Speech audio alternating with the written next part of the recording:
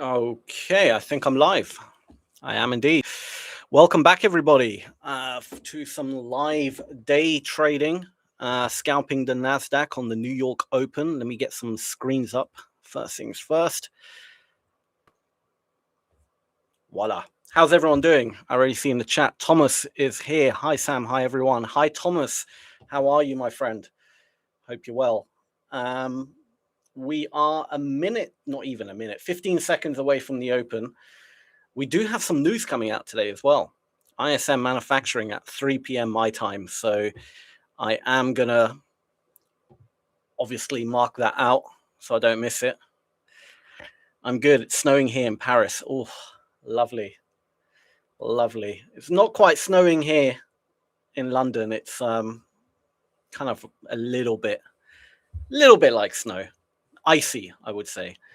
Oh, okay. We've just opened. Damn, look at all that sell pressure coming in and then instantly trapped.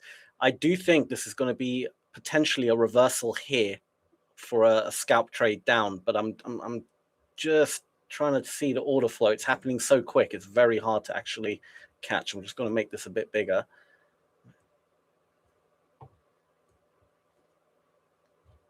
I do think in this area, if we can get back into this area and just give me, because there's a lot of buyers trapped at the top there, I could potentially go in for a short position. I do think they're trapped, but I don't want to jump in just yet because it's very... because sellers are also trapped at the bottom. So it's very kind of 50-50, you know. I'm Fetton says, hi, nice to meet you, or nice to see you again. Andre, good to see you. Oh, yeah, look at those sellers coming in. Yeah, I kind of missed that right off the open. But again, trading just on the open is it's just the market's too quick. Like, even if I hit sell at there, the likelihood is I wouldn't get filled until like down here somewhere, because it's just the slippage you get when it's volatile is insane. What is your ATR setting right now? I don't have it set. Are you talking about the footprint ATR, like the auto ATR, or I don't actually have the average true range on my chart? What I like to do in general is just kind of measure how big, like, roughly a candle is, and then that kind of gives me an idea whether I should enter one mini or whatever. But I have it set on manual to 20 ticks per row. If it gets a bit more volatile, I'll bump it up to probably 24 just to see the cluster. Yeah, that's sell. I completely missed it. That was the area I wanted to sell at. All those buyers trapped at the top. That would have been a beautiful, beautiful entry, but it just happened too quick. Completely missed it, unfortunately. But it's all right. We'll wait for the next opportunity. It's a bit annoying when it happens so close to the open, you know, because it opens and then the market is just too quick. You know, I find it so hard to trade such a volatile market because it just happens too quick. By the time you like, oh, look, trying to spot the absorption in real time when it's this volatile is tough. Like, here would be another area I'll be interested to buy in, and I feel like the footprint is a little bit lagging when it's that volatile. So it's not, you know, you just kind of have to wait, unfortunately. But again, you know, look, ton of sellers, they're struggling to push it down. I'm not going to go in for that buy. These are the two areas I want to sell at the top here, buy at the bottom here, but I'm going to let it calm down a bit. I don't want to get too chopped up straight away, especially when it's this volatile. And to be fair, I mean, these candles are pretty damn big. I mean, that's 52 points. Yeah. You might even have to drop down to a micro when it's this volatile. But we're going to let it calm down, and then we'll find some trades. But in terms of the actual structure, that huge sell-off we had at the open on Friday, 2nd of January, I mean, that was insanely volatile that day. But that was all algo based, you know, algorithms, first day of the, first trading day of the year, all these algos coming in. But I don't think it was a true move, if that makes sense, right? Like, I don't think it was a true move. And, you know, this kind of push up we've had in the pre-market, hard to say. I mean, it was pretty dead. I mean, we did push up, but there wasn't real, I mean, naturally, there's not going to be much volume behind it because it's pre-market as well. But so in terms of my bias today, I don't really have a bias. It's not clear cut for me today. I'm going to sit on my hands a little bit and wait for something. I think, I mean, if we break through this area here, which it looks like we might do, I mean, we've seen a bit heavier sellers coming in. They are reloading 145, but they are getting absorbed. They went from 145 back to 75. They're reloading 170. Buyers are trying to come in. It's a very choppy area. Look at that, 200 contracts back down to 1/8. They're reloading back to 200, 250, 280, 300. Oh, they're really struggling.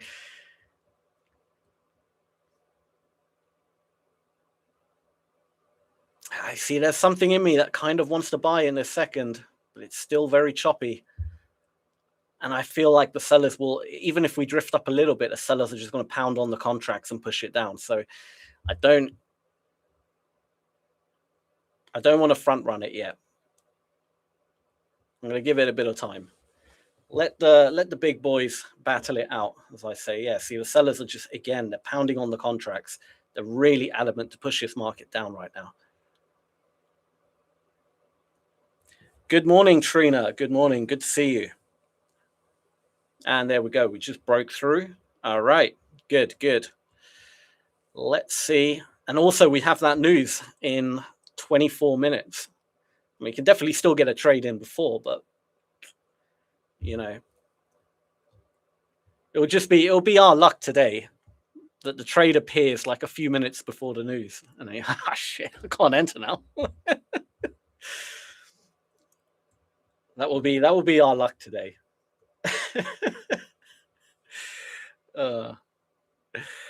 How's everyone doing though? I hope everyone's doing well, recovered. It is freezing out here. Look at these buyers trying to take it again. Oh, didn't see that coming. Let's see what these sellers do in this area here. You can see a lot of them exited the market. This is beautiful. Look at that. A lot of them, those sellers that entered originally here to push the market down, that's 341, those big bunch of sellers. As soon as it came back into basically their entry, you can see them all canceling their orders, and it turns out as buy orders, right? They're all hitting flatten or cancel, whatever. So they're getting out of break even. So they're out the market. You can wipe them out, but they might want to jump in again. You know, new sellers want to jump in. Absolutely possible. But again, there's no real clear direction. You've got too many heavy players all battling it out. And when they're battling it out, you know, we as small retail traders, we get caught in the crossfire essentially. So let them battle it out. Look, the sellers again trying to push it down. A lot of buyers are trapped at the top there. But then again, there's loads of sellers trapped at the bottom here. Both sides are not really winning. Both sides are losing, essentially. You know, if you sold down here, you'd be a bit nervous. If you bought up here, you'll be not as nervous, but still slightly nervous. We don't know yet. Let them win. One side will win. Let's look at some of the comments. Be accident. If I mispronounced that, apologies. ES showing some strength. The ES, let's have a look. Let's see what the ES is looking. I love the ES, to be fair. The ES is great, especially on volatile days. When the Nasdaq's a bit, why is it coming up, Nasdaq? Come on, ES. There it is.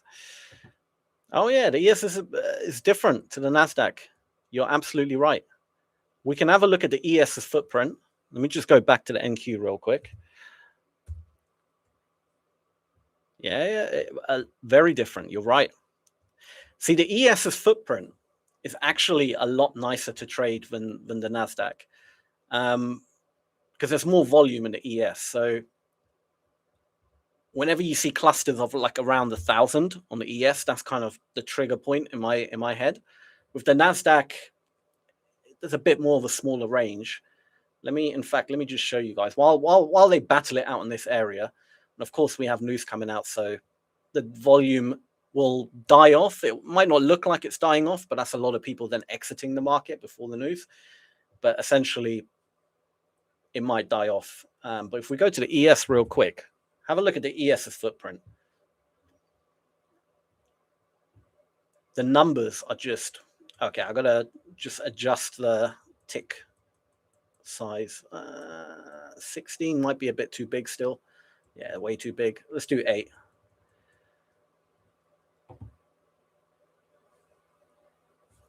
Come on. There it is.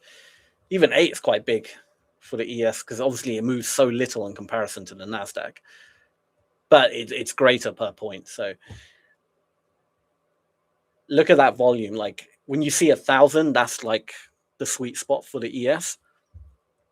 So, you know, you can really see the heavier volume just because it's over 1,000. It kind of, it's easier for your eye to spot. Like you would see, oh, look at all those trap buyers. It's easier to read the ES. So if you're starting out, I would actually say it's a great point. If you're starting out with footprint trading or order flow trading, it's well worth trading the ES rather than the NQ. The NQ is harder to read and also a lot more volatile.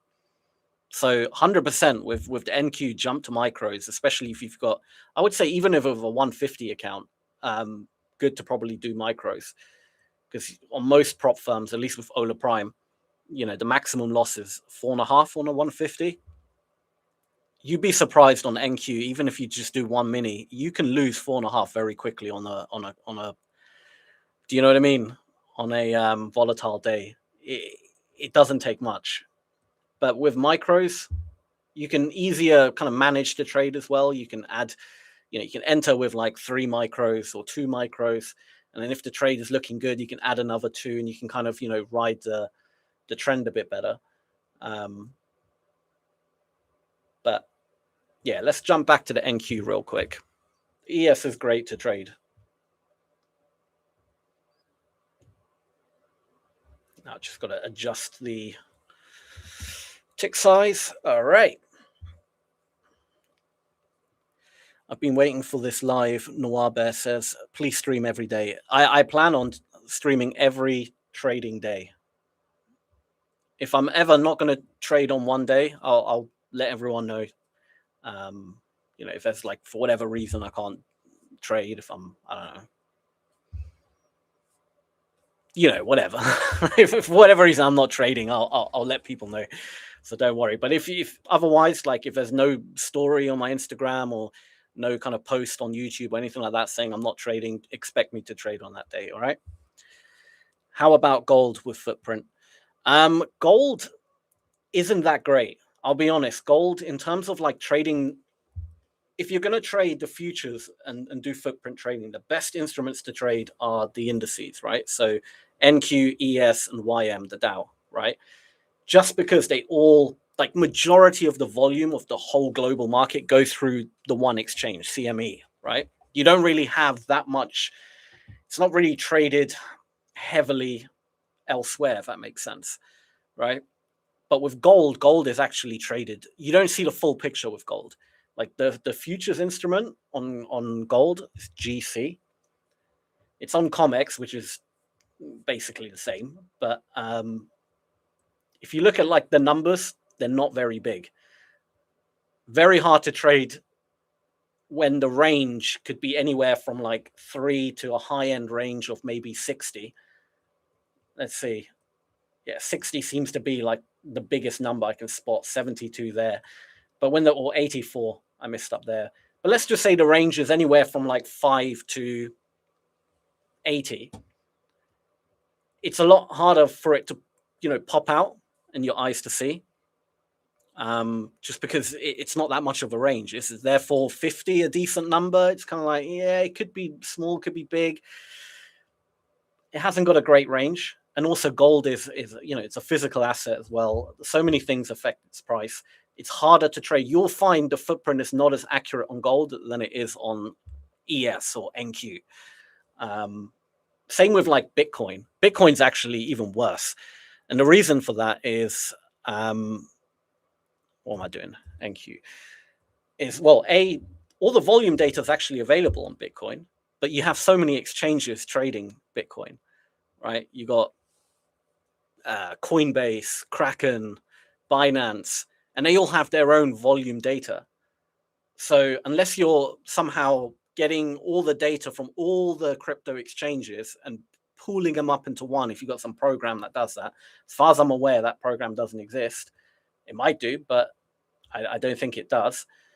You're not gonna see the full picture of something like Bitcoin. So again, kind of almost pointless trading it with the footprint, just because you don't know. You simply cannot see the full volume. Like I could show you, for example, if I do BTC. So we got Coinbase here. Let's check out Coinbase's exchange. Oh my God. All right, I'm going to have to do auto mode for this. This is just ridiculous. So you can see, the numbers look tiny, but that's only the volume on Coinbase, right? So if we just look at the last candle, 1611, and then go to Binance, it'll be different numbers. What the hell that is? The hell is that? All right, let's look at a different one. Let's do Kraken. Didn't even load properly. What is that? Yeah, see, different volume. Kraken is only 200. So you don't know the full picture. You simply can't trade it, right? And then the futures market as well is nowhere near as big. Like if you look at the Bitcoin futures, it doesn't, again, show you the full picture. It's only showing you what's traded in the futures market. So different volume again. So Bitcoin is pointless to trade with the footprint, sadly. Unless you have some kind of custom software that grabs all the volume data from every exchange, somehow puts it all together and gives you a full picture. Apart from that, no point trading it. So yeah, stick with NQ, ES, or YM, the Dow Jones. On my chart, I see red and green numbers on the left and right side of my footprint candles. How do I get mine like yours? Easy. Double click it, and it's under the type. You've got it set to buy and sell. You want delta. Okay, the difference between the buyers and sell. Buy and sell is still good. I mean, you can still pretty much read it. It's just you have to, if you want to figure out the difference, you kind of do a little bit of mental math. But it does show you a bit of extra detail, I guess you could argue. But I prefer the delta, and then for the volume, I just look at the table at the bottom to kind of get an idea, especially the delta percent. There was 22% more buying in that candle. Just see it like that. It's kind of easier to see if there's heavy volume in there as well. But yeah, really easy. Some people like the profile view where it kind of, highlights the heavier volume. Again, entirely up to you. I personally don't like it as much. I don't know why. It just doesn't work for my eyes as well. I prefer clusters. But yeah, play around with it. I mean, all that stuff is, down to user preference. So there's no right or wrong. But yeah, we're still waiting for this battle to finish. I mean, again, look at all these buyers at the top trying to take over the market. Everyone is getting trapped here. Buyers get trapped, then sellers get trapped, buyers get trapped. And we haven't actually moved anywhere. We've pretty much, we're in that same kind of area, that range. No one has won yet. So we kind of want to wait for someone to win. I think after the news, it's going to open up a bit. We're going to see a bit more, clearer direction, hopefully. I'm just going to double check the volume profile. Oops. Why does it always do this? Come on. There we go. Double check what the volume profile is showing. Let's just drag it all over, update it. That area is still a nice little gap. This is pretty much filled now. But there is one near the bottom. Well, not the bottom, but more in the mid area. These are all the nice little gaps. Okay, cool. All right, looks like sellers are piling on some orders. Let's see what's happening. Let's make that a bit smaller, that a bit bigger. Beautiful. Now look, again to the bottom of the range, buyers are coming in again. We'll have to wait. We have to wait. I'm a little annoyed I missed that trade right there. But what can you do? It happened so quick. Sometimes the market is just too, but it's calming down a bit, the market now, which is nice. It's not as like each individual movement isn't just gapping and jumping, and when it's that volatile, it's, I mean, it's well worth as well if you're practicing with the footprint, well worth practicing pre-market, right? So before the market opens, before New York open, so before 9:30 EST. Yes, the volume is shit, right? It's like tiny volume, but it moves so slow. It's like trading in slow motion. So easier to kind of practice, because when it's just open, it's so quick. I mean, that's why they all use algorithms, like all these big institutions. You physically can't, as a human being, sometimes when it moves that quick, you can't. By the time you spot it, it's already over. Do you know what I mean? Like, it's just too quick. So you're kind of, you have to wait for the market to calm down or miss the opportunity, essentially.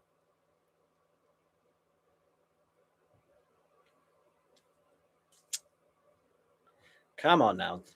Let's do something. Let's get out of this area. Let's be a bit more. Do something. Asia Open and London Open are quite good to trade NQ. Yeah, no, absolutely. It's not terrible to trade. You just have to obviously realize you're not going to see big numbers on the footprint. You're going to see smaller numbers, but essentially it does the same thing.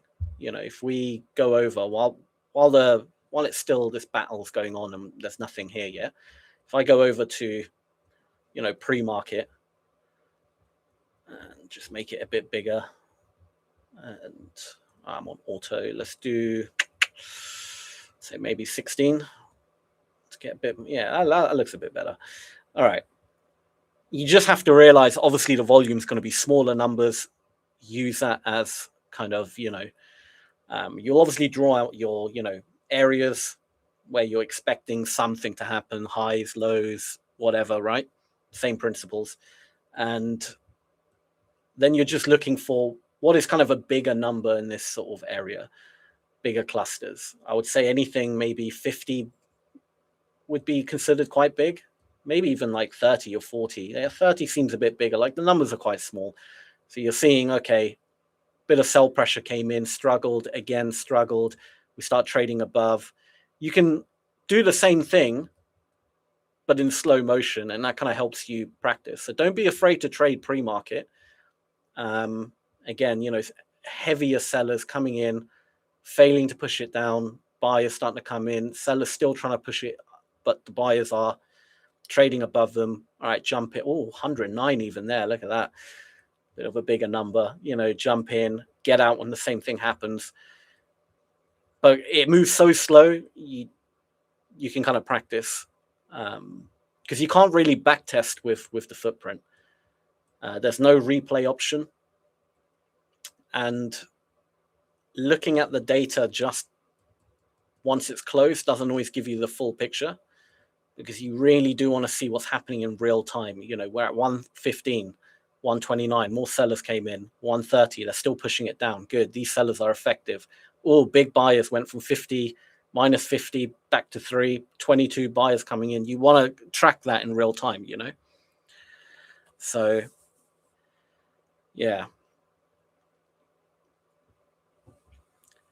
Yep, it's the same principle, just lower numbers, but just have to make sure there is enough volume to get real moves. Exactly, as well. And that, like, don't expect big. Well, I mean, sometimes there can be bigger moves because the market's thin, but generally speaking, yeah, you're gonna get smaller moves, but you know, it's like trading with training wheels, so it's quite cool. 10 a.m. news, be careful. Yes, got it marked out. I don't think much is going to happen until after the news, so we'll fortunately sit and wait here. I mean, you might see the market move a little bit before if people start exiting. So that's going to also, you know, convert to market orders. So people are going to, you know, if they're pulling their positions before the news, I don't think it's really going to have that much of an impact. But yeah, if it's red folder, best to avoid it. You never know. And plus, I think a lot of prop firms have like no news trading and whatnot. Ola Prime doesn't, but others do. So you don't want to be messing around with news. I saw some crazy videos though of people passing prop accounts by just hedging CPI. So they'll put like a limit order on either side of like a range or something, wherever it is. And then one of them will get triggered, obviously, when the news comes out. And then they'll like basically make the whole amount and they'll just full port it. Do you know what I mean? One of them's going to be correct at the end of the day. So, but I think a lot of prop firms, they might not even give you the funded account if you do stuff like that. So you're going to be like really, yeah, you're going to be careful when you play, when you do things like that.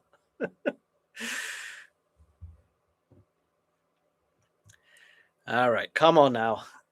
We've got 4 minutes until the news. Let's see. You can really see it starting to die off a bit.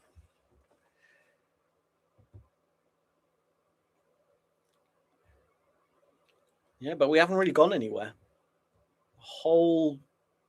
Since the open, didn't really go anywhere. We've just been ranging up and down, which is to be expected, to be fair.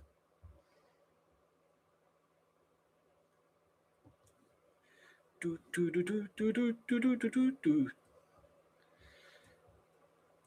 just trying to see if there's any clues in terms of, let me see if I can make this bigger. Since we are in a range, but it's a very even range. This is in terms of volume. I haven't really seen anything too crazy, but we kind of started the range, I'd say, yeah, on that candle. So I'll look at the session volume. So that candle, the volume was negative 1,000.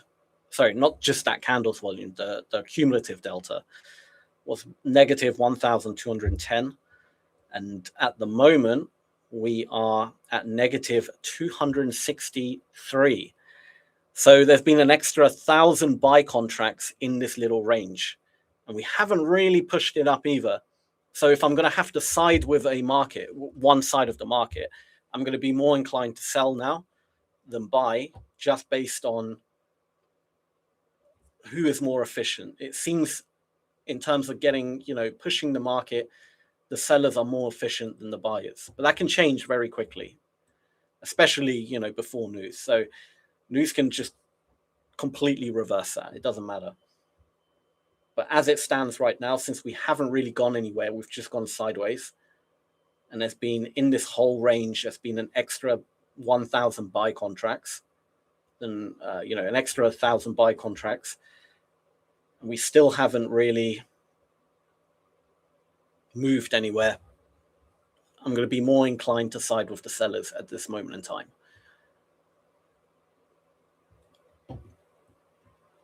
I wouldn't even be surprised if we get a little spike at the news and then like a dump. I've seen that happen many times. Like a little, you know, spike up and then a quick dump. That seems to be a popular thing. Oops, what the hell is this? There we go. All right.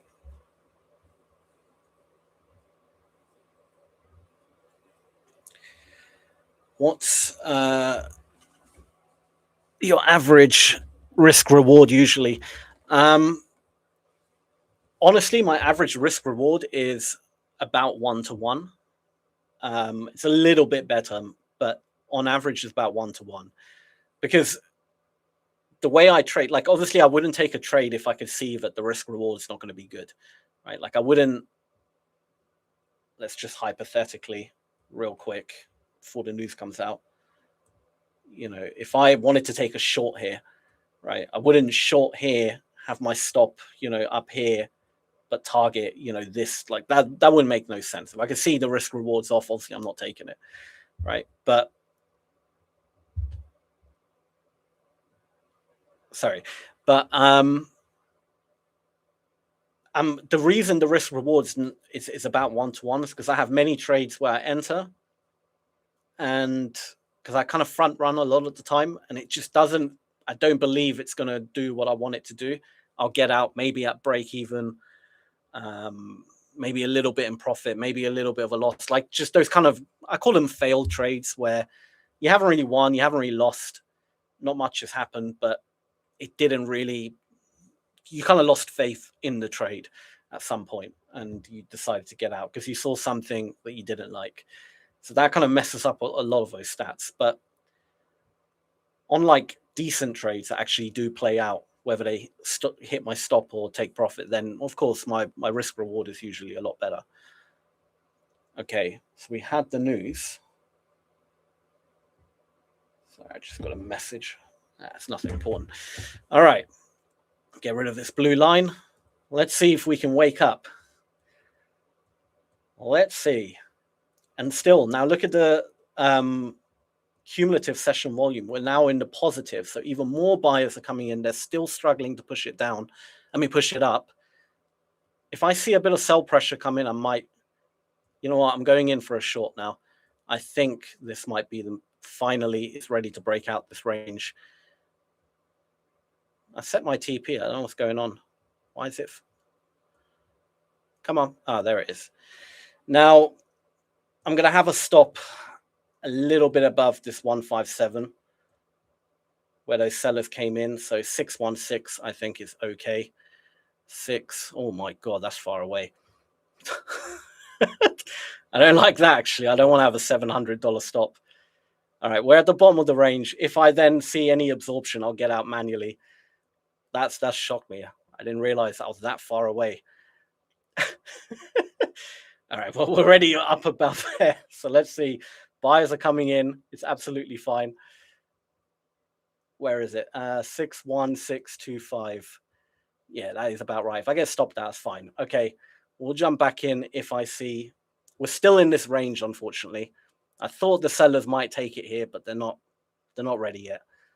But we're near the top of the range. More sellers coming in. I might jump in now. Again, I'll have a bit of a stop at the top. Let's see if we can finally break through this range and actually make this extension happen now. Got my finger on flatten. All right, I'm going to focus on just the footprint now. Again, buyers coming in. They're still trying to push this up. This might not be. Look, now we're traveling at 210, 185, 170. Buyers are absorbing sellers a bit. I need to see a bit more power from the sellers. 220, 190. Come on, reload. Nah, they're getting absorbed. All right, I'm getting out again. We're going to wait a little bit more. Hopefully we can get above this range, get a little kind of fake out type move. And then once we have that, buyers are trapped. I need to see heavier buyers now. I need to see buyers in this area above this. Come on. I'm trying to draw a little thing. Where is it? There it is. Ah, come on. There we go. I need to see buyers get a bit heavy at the top here with some sell pressure come in.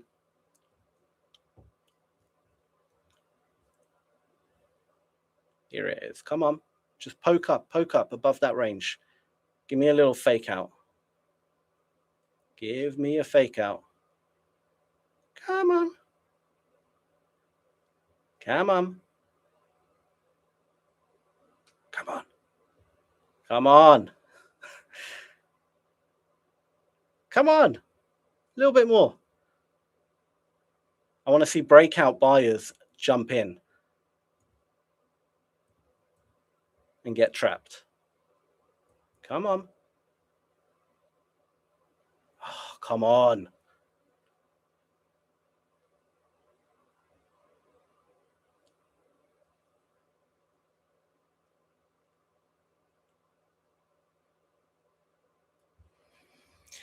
Hurry up, come on. There we go, there we go. All right, there it is. Let's see if the sellers come in. Come on. I need to see it. Come on. Come on. 70, 80, 67, 48, 69. Come on. A little bit more. Show me. All right. I'm seeing it starting to get absorbed. Come on. Bit more buyers coming in. I want to see them get trapped though. Oh, that was a big absorption. I want to see a trap. There it is, I think. All right, I'm back in short. Let's see if we can finally get this extension. Or do the buyers still coming in? They're still coming in heavy. I've got my finger on flatten. Let me just set a stop real quick. We'll set a stop. It's not perfect, but that's fine. Come on. Now I need to see heavier sellers come in. I can add another contract should they do come in. Just dipping my toe in. Front running it to see that sell pressure come in. Come on. These buyers are still reloading. They're not giving up just yet, these buyers. Come on. Where are these damn sellers? They are struggling though, like 400 contracts, and we haven't really pushed past this area. I need to see sell pressure come in. If they don't come in, it's not happening. Come on, big sellers. There you go. All right, 100. Here we go. Come on. Let's push down now. Let's squeeze out those buyers. There it is. Finally. Freaking hell. Come on. Let's not lose momentum now. I need more sell pressure coming in. That's still not enough. That's still very little sell pressure. The buyers are still trying to buy it up.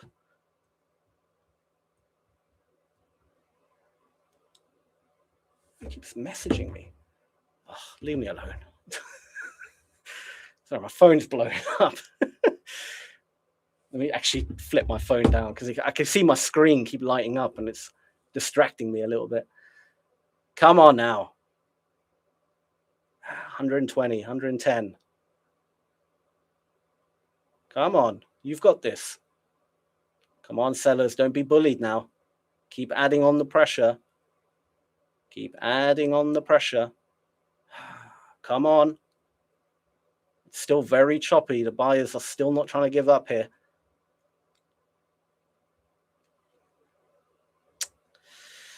Come on. This is too freaking choppy. Give up, buyers. Give up. Oh, look at these buyers. I don't like that we're trading above that 115. They haven't let go yet, which is okay. But come on, that's it. Another 100 come in. Oh, we're back down to 70. They need to be effective right here. They need to be effective. Buyers are absorbing it, though. They're really, really not giving up here. The sellers are just not efficient. Come on. Are you kidding me? Come on, sellers. Trap those buyers. Trap that 64 at the top. Come on. I'd love to add another contract, but I need to see efficiency.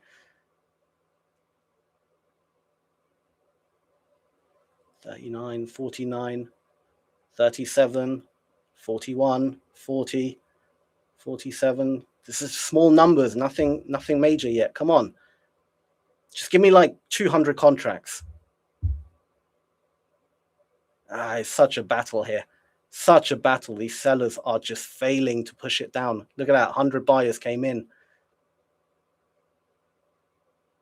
And the buyers are they going to release those those buyers at the top? It looks like they are. Not happening yet. I do think it will dump, though. I do think it will dump, just not yet. Buyers again coming in right here. They're trapped again, potentially. I just need to see efficient sellers. I've got my finger on sell again, potentially.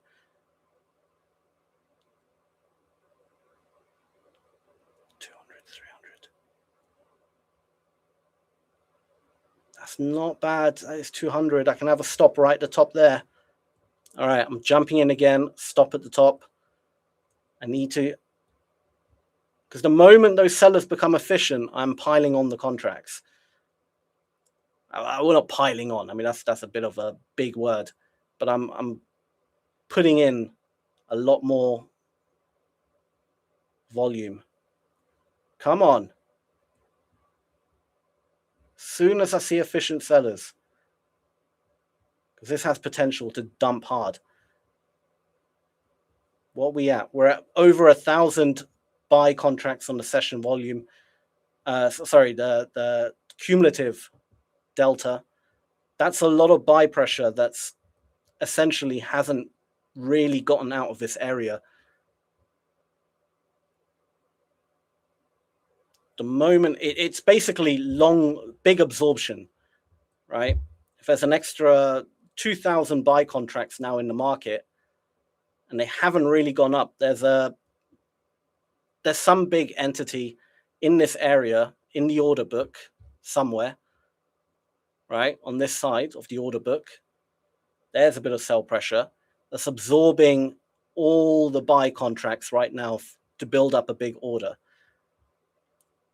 And the moment they come in aggressively, which they will once their order is filled, this market will dump.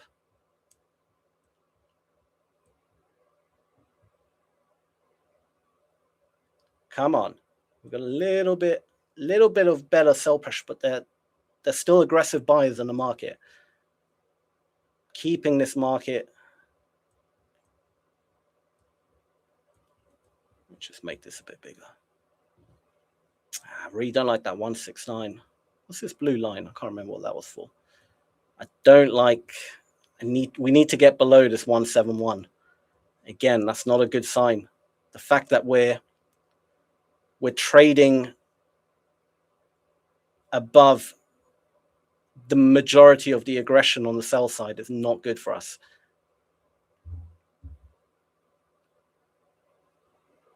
Come on now.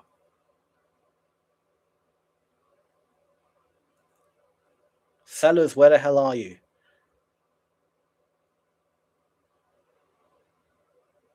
What are we at? Okay, so the sell efficiency is still shit at the moment.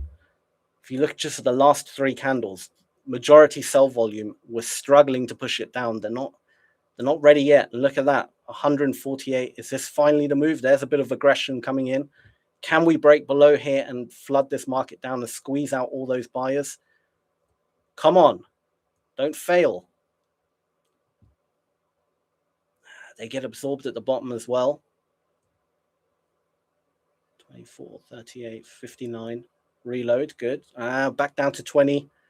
Oh, positive again. They're getting absorbed like crazy. Come on, just get it down below here. Then at least these aggressive buyers will give up for now and we'll push down a little bit more. We're in a very tight range here. Come on.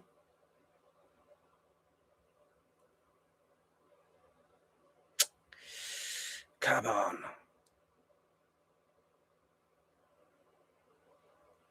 That's it. Bit of aggression. Add more. You've got to break through this iceberg here. It's a freaking iceberg sitting right here. Break through it. Come on. And then hopefully a few of these aggressive buyers will stop.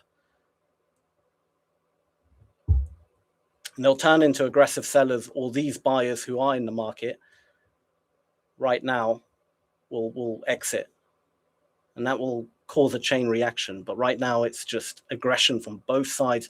I don't like that 110. I don't like that 110.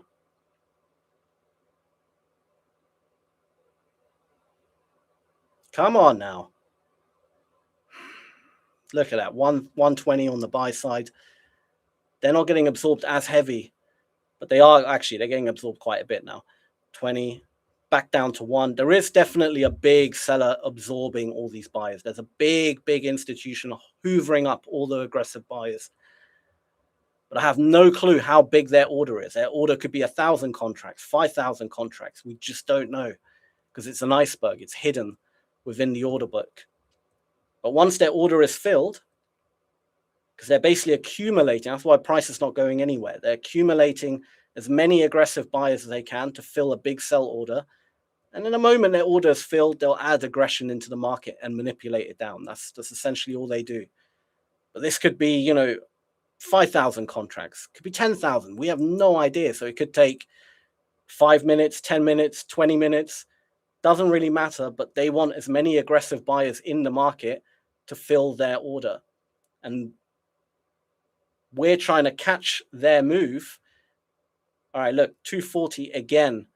Come in instantly. Come on, add aggression. Fill your order. It's fine.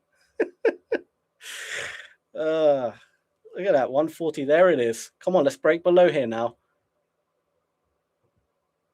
Come on. We're still in this freaking range. What is the cumulative volume saying? Oh, the sellers are so inefficient. Again, in this small little area here, we started at 1.1. We're at, well, it's actually not terrible, but it's definitely more tipping in the buy favor at this moment in time. But I do know, just based on the order flow, that there is a seller in this market who's desperately trying to get this market down and building up an order. But this iceberg is just not breaking at the bottom. Look, they're trying again. They're trying again. There's a good chance I might get stopped out because my stop is so close, but it's fine. Because once that real aggression comes in, we should be okay. We can catch it. We're just going to get a little bit chopped up. Look at that, one tick me. Come on. Yeah, they're getting absorbed at the top here as well. Price is trapped between these two areas. Oops, shit, what have I just done?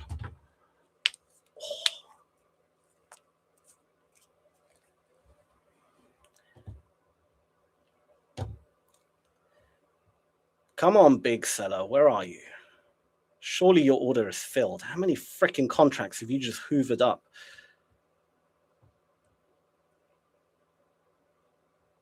All right, 100. Add the aggression. Are we finally going to... No, the order's still not filled. There's actually there's a big buyer in this market as well by the looks of it, because the sellers get absorbed as quick as the buyers. And in the last few minutes, it looks like there is definitely a buyer. There's two people, basically, well, not people, but two entities, both building up an order on either side. And I'm dead in the middle, annoyingly. Now, what I should do technically is get the hell out of this market. But since we're so close to my stop, it's fine. I'm gonna allow it play out because there's a, what's the point, right? Yeah, all right, that's fine. Let's see. Let's wait for this institution. One of these guys are gonna fail. When they fail, then we'll jump in. 109, 120, 130. Again, the sell aggression is coming in. But I'm going to hold off a bit until I see sellers are starting to be efficient. Because neither side is very efficient. Again, we're just trapped in these two areas. Let me just up this a little bit so I can see a bit better. My God, we still haven't actually moved anywhere.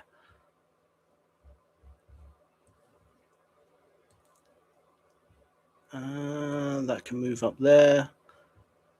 Okay, no problem. I can move there. Cool. All right, let's do this.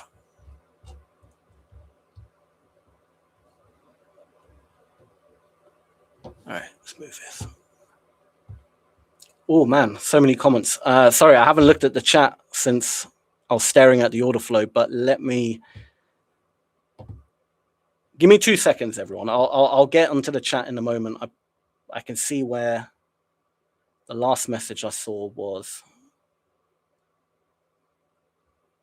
Okay, Willie. Good morning. Good morning, Willie. So that was the last message. I will get to the chat in a moment. I just want to keep my eye on any absorption to get like a clue.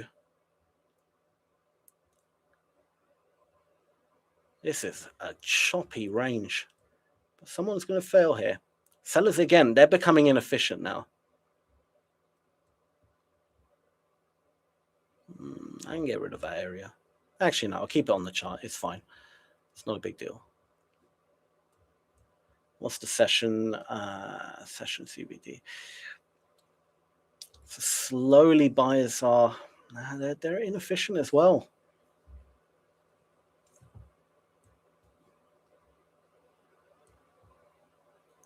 I do think this is going to dump though.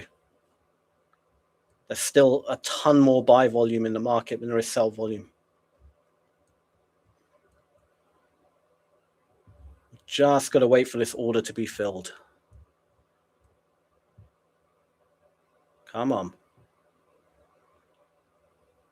So all I'm looking for now, it's hard to, actually no. What I'm looking for now is essentially the same what happened here, right? You see this kind of area where it was just a bunch of buyers and they kind of failed to push it up. I'm looking for that to happen kind of again, but sellers to have a bit more efficiency. Because we got a bit of sellers coming, but they just weren't, they were getting very quickly bought up as well, aggressively. I want something that indicates, you know, this order is filled. It just need a pop, like a pop. Because most of it is algorithms as well, by the way. Like, okay, so there's big buyers again coming in, 260. All right, let's make this a bit bigger. 260. Now I want to just see that number stay still, like a high number without dropping down. I don't want to see aggression from the sell side come in. That changes the amount. I want to see that two. Okay, that's good. 200. Oh, the freaking hell! Don't miss it yet. This could potentially be it. I don't want to front run it. This is too far away. My stop is going to be. Shit! Come on! All right, bring it back a little bit. That happened too quick. Happened way too freaking quick. But this could be it. All I'm looking for. Fuck! I really want it to jump in there. Come on, yeah. Go a bit higher up. Give me a better price I can get in. Come on. Because I don't want to have such a big stop. Come on. Just give me a little bit higher. I think this is it. This is the move. Just go a bit higher. Go back into that, close to that 240. Here we go. Now show me a clear rejection. 25, 26, 29. I want to see sell pressure come in again. Defend that area. It looks like they might be okay. Come on. Come on. Show me it. Fuck it. Let's go in. There. All right, got a bit of slippage, but it's fine. I can have my stop now at that 224. So 665. 665? That doesn't make any sense. How can that? What? 66474. Oh no, that is correct. Okay, that's fine. That is correct. Yeah, that's absolutely correct. All right. Because if we trade above that 224 buyers who are potentially trapped now, and they're sitting at 662. Where's the line tool? 662. Then we're essentially wrong anyway, right? Then it's not ready yet. It's not going to make its move yet. But I need to see now. Again, I mean, we do have sellers potentially trapped here. So it's, again, working on both sides. All right, there's a bit of sell pressure. They're defending. They're trying to keep those buyers trapped, which is good. But I need a little bit more. Come on. Come on.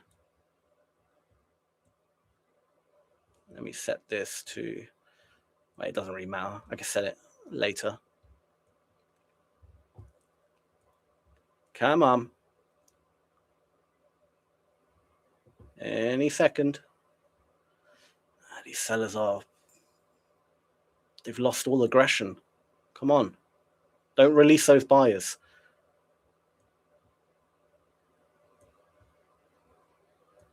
Come on. There's the aggression. Okay. Now let's actually make this the move that dumps down now. My God, this was tough to freaking catch. It's so choppy. But don't be, look at these freaking buyers coming in again. Give up. Come on, let's trade below those buyers. This is what we need now. We need to trade below them. That's it. We just wiped them out. Good. Keep going. Keep going. Don't fail here. I know there's a lot of buy pressure, but let's squeeze them out. I think it's time. I swear to God, if it starts drifting up again, I'm going to be pissed off. These freaking buyers aren't giving up. Ah, come on. Sellers are trapped at the bottom here. There is a big buyer in this freaking market as well, and they're not giving up either. We're just sideways, man. All right. 319. Where's 319? Here. We started at 574. Oh, that's not good at all. That's not good at all. The sellers are so inefficient. The cumulative volume is telling me it's not good. But I'm hoping that's just that big seller's adding aggression to try get this market down. But there's also a big buyer in the market because before they were hoovering up all the orders up here. They're going to still have an invested interest at getting this market down. Those buyers obviously still going to battle it. But nah, sellers are failing again. These buyers are failing. Not failing. These buyers are aggressive. I don't think it's ready yet. Looked like it was, but it unfortunately, I don't think it is ready yet. Again, the sellers are coming in, trying to protect that area, but we're just going sideways, man. Every time it looks like it's not ready yet. But I think it will happen. It's just not yet. Just not yet. All right, let's get rid of these areas. We don't need them on the chart anymore. I can get rid of that line. That's not needed. I don't need that. I can keep that. Okay. All right, those buy. Wow. All right, there's a huge amount of volume coming in. Hopefully this is the move. We'll see. So I want to see the volume stick on the buy side. I don't want to see sell aggression yet. I just want to see the volume stick with no movement. If we get movement up, then, well, whoever the seller is, they're going to be dropping out the market. And then if they drop out the market, then they lost and the buyers won, essentially. But essentially, all right, you see how it's at 220 or whatever, but you see how it's, what I want to see is that number kind of stick. So 300, like we're seeing now, but it's not really going much further. Again, the seller's still in the market. They're still in the market. That buyer's in the market as well. and they just absorbed all those sellers for the most part. They're still in the freaking market. They're not giving up yet. But I think the fact that, look, what's the cumulative? We're at 130. Where's the beginning of this little range? It was at 317. Where are we? 316, 17. Here we go. We're at plus 1,000. We're now at negative. So yeah, the shift in balance has already happened. So now it's sellers in this area that were essentially not effective at moving this market. But we still haven't really gone anywhere, right? We're still pretty much within kind of the opening kind of range area. We're at the top of it now. I think we just poked a little bit through it, but we're still pretty much in that area. Like, this is still,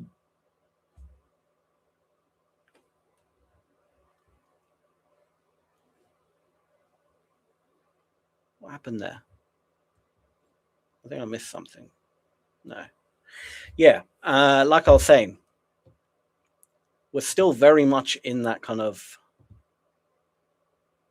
in that range. Come on.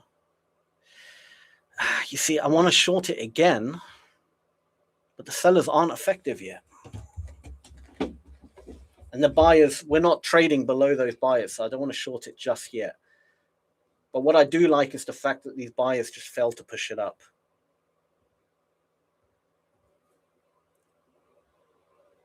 There is still that seller in the market that they haven't given up yet either. They're still in the market hoovering up buy orders to build up a position. But there's,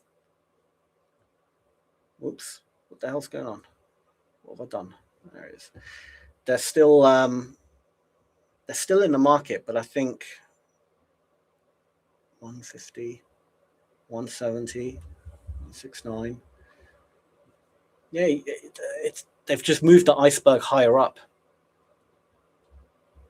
This whole area here, like literally this last, what time is it? Almost more than 30 minutes. Let's say last half an hour. Oh, look at that, 200. Again, the buyers are just not getting it up. There is a big seller taking the opposite side. But at the same time, the buy aggression is so extreme. If, I mean, the sellers aren't effective either. Like when they do come in, they're not really pushing the market down either. There's not much follow through.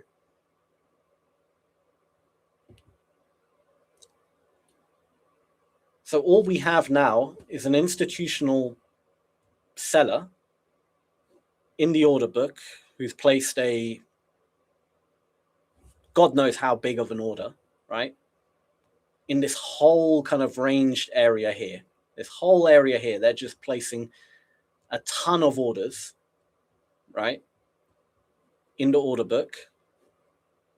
So basically sell limit orders. And every time an aggressive buyer comes in, they're feeding that sell limit.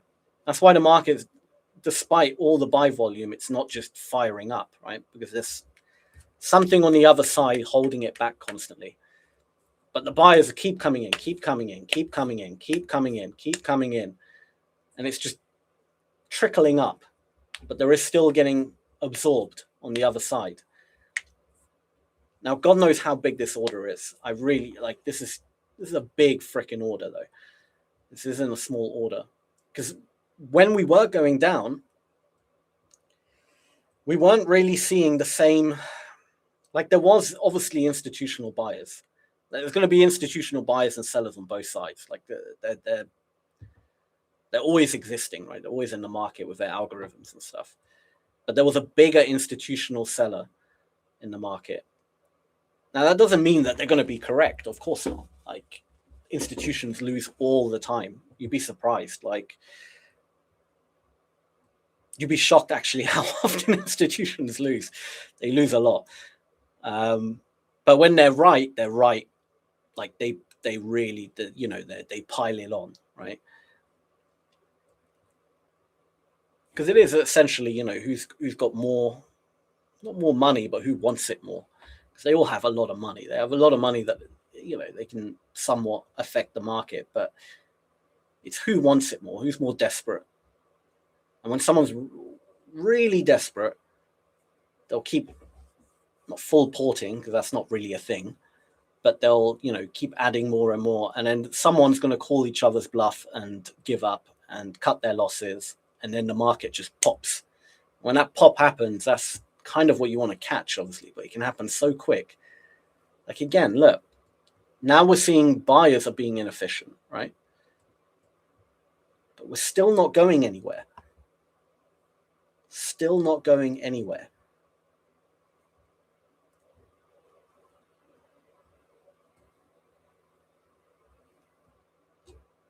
We're just up and down, up and down. You can kind of almost see it in the candles. You don't even have to look at the footprint. You can just see it in the candles. This crazy up and down, up and down, up and down. But all right, we're kind of drifting up, but we're for the, when it comes to like the order book, it doesn't really matter how much you drift, you know. But it does matter to a certain degree, but because it's all areas. It's not like one price level. It's all areas. So obviously you have buyers pretty much where we're at now. This might be, let's see, sellers are coming in. I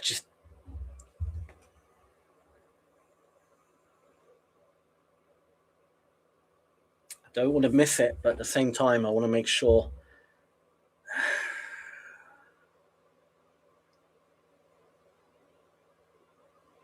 Starting to trade below those heavy buyers. I'm going in one more time in this area. And I can have a stop just above here. It's going to be a really tight stop, 677.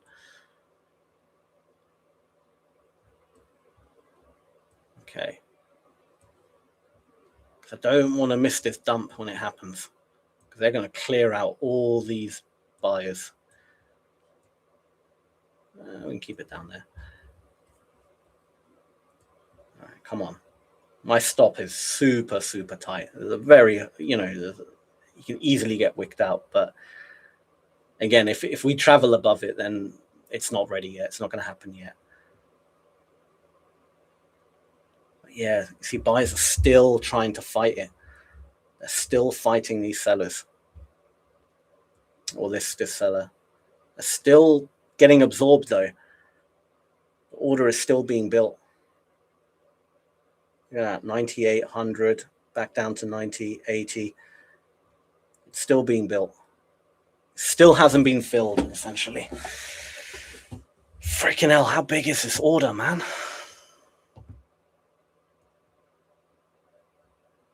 But in a weird way, you'll know when it's actually filled, because the volume that will come in aggressively would be, I mean, it will look similar to what you're seeing now, but it will have this sudden movement, like boom, boom, boom, boom.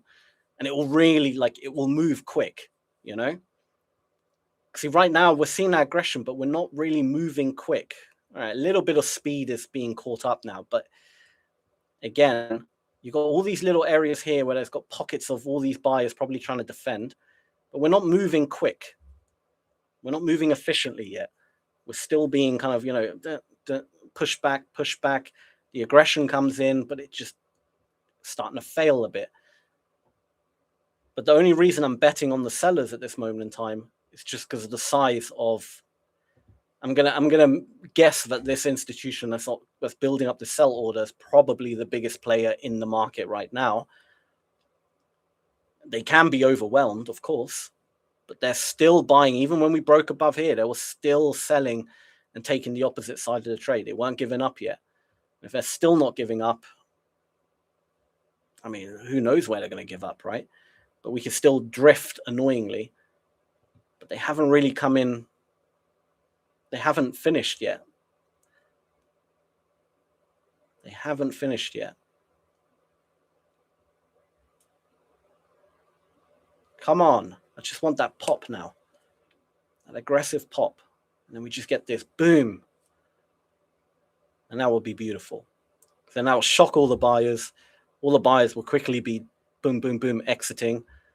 And when they all exit, it causes that kind of snowball effect, and then it all converts into market orders on the sell side, and then boom, boom, boom, boom. You get this sudden sell-off. I don't want to miss it at the same time. Like it's not ready yet. I can tell it's not ready yet because it's just not moving efficiently. Come on. And then you can pile on the orders. That's the beauty of it. So once it happens and it snowballs, add another contract, and then you catch like a massive leg down with a few bit bigger size rather than just one mini where you're just kind of dipping your toe in. Look at these. Let's see what happens to these buyers now. If we drop below them and trap them here, great sign. But if we start trading above them and buy pressure, then I might as well get out because it's going to be the same story. It's not ready yet. But okay, like they're getting absorbed aggressively, but not passively. Yeah. See, now we're starting to trade. Buyers are coming in again. Same shit. It's still not ready yet. Still not ready.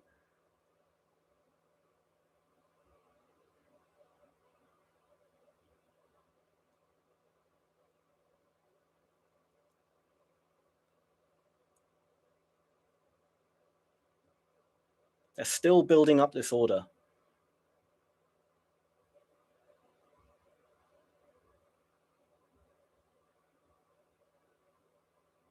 Because if they had their order filled and they came in aggressively, they would be protecting their positions. But they're not. Their order hasn't been filled. There's no need to protect something that hasn't been filled yet. And they're just hoovering it up. You can see it in real time. Hoovering it up.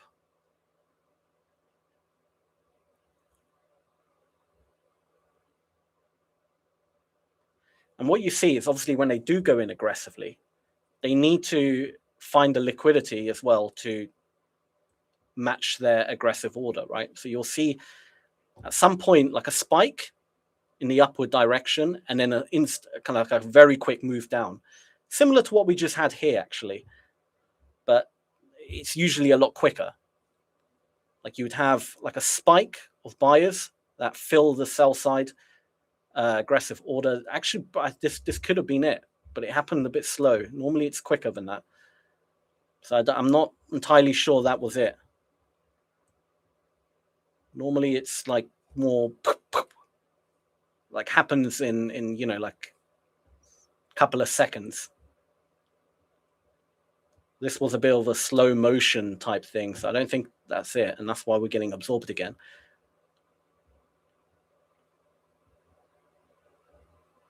Come on.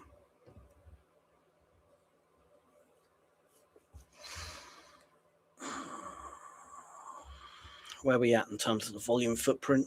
Not volume footprint. Right, well, that area is well and truly done. I'll get rid of that. Get rid of that. That's fine. Let me just mark that out.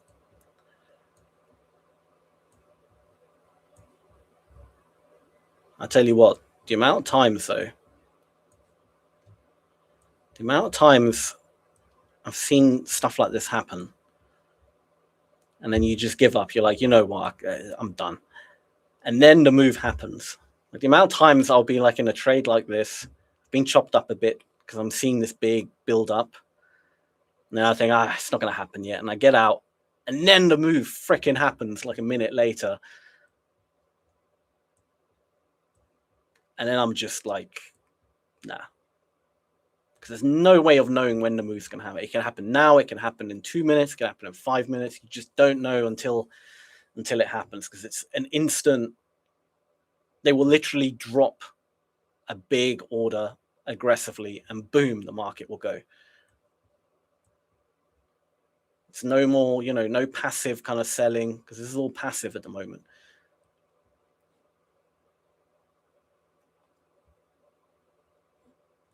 Let's just see on the footprint where all those buyers were originally. Yeah, so we're kind of getting to the area where most of the buyers entered. They kind of entered in this kind of hemisphere. I say hemisphere, but you know what I mean. So we're kind of getting close to where a lot of buyers. Oh, look, 200. So I should start expecting these buyers to start dropping out soon. They're gonna get nervous, which is good. That's what we want. This was obviously the next area where there was a ton of absorption. Lots of buyers came in this little boxed area, and then we've got another one down below. But once we clear them, we should have enough kind of like a nice kind of clean air just to kind of, you know, travel. But again, look, it looks like sellers are potentially trapped. We're still not ready yet. Still not ready. Buyers coming in. It's still well within this battle zone. But as long as these buyers, like this 119, I didn't see the number higher up. I think it was a bit bigger. But if this 119, if we, where we're at now, it's 81 now, 87, 60. Yeah, okay, good. We're 69, 104. The buyers are still coming in. But if we get below them, get below this area here, that would be good for us. Baby steps, bit by bit, just step by step.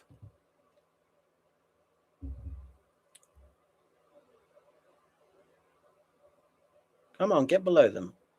So now we're trading slightly above it. So those buyers are going to be quite happy. We don't want them to be happy. We want them to be sad. Sad buyers. Oh.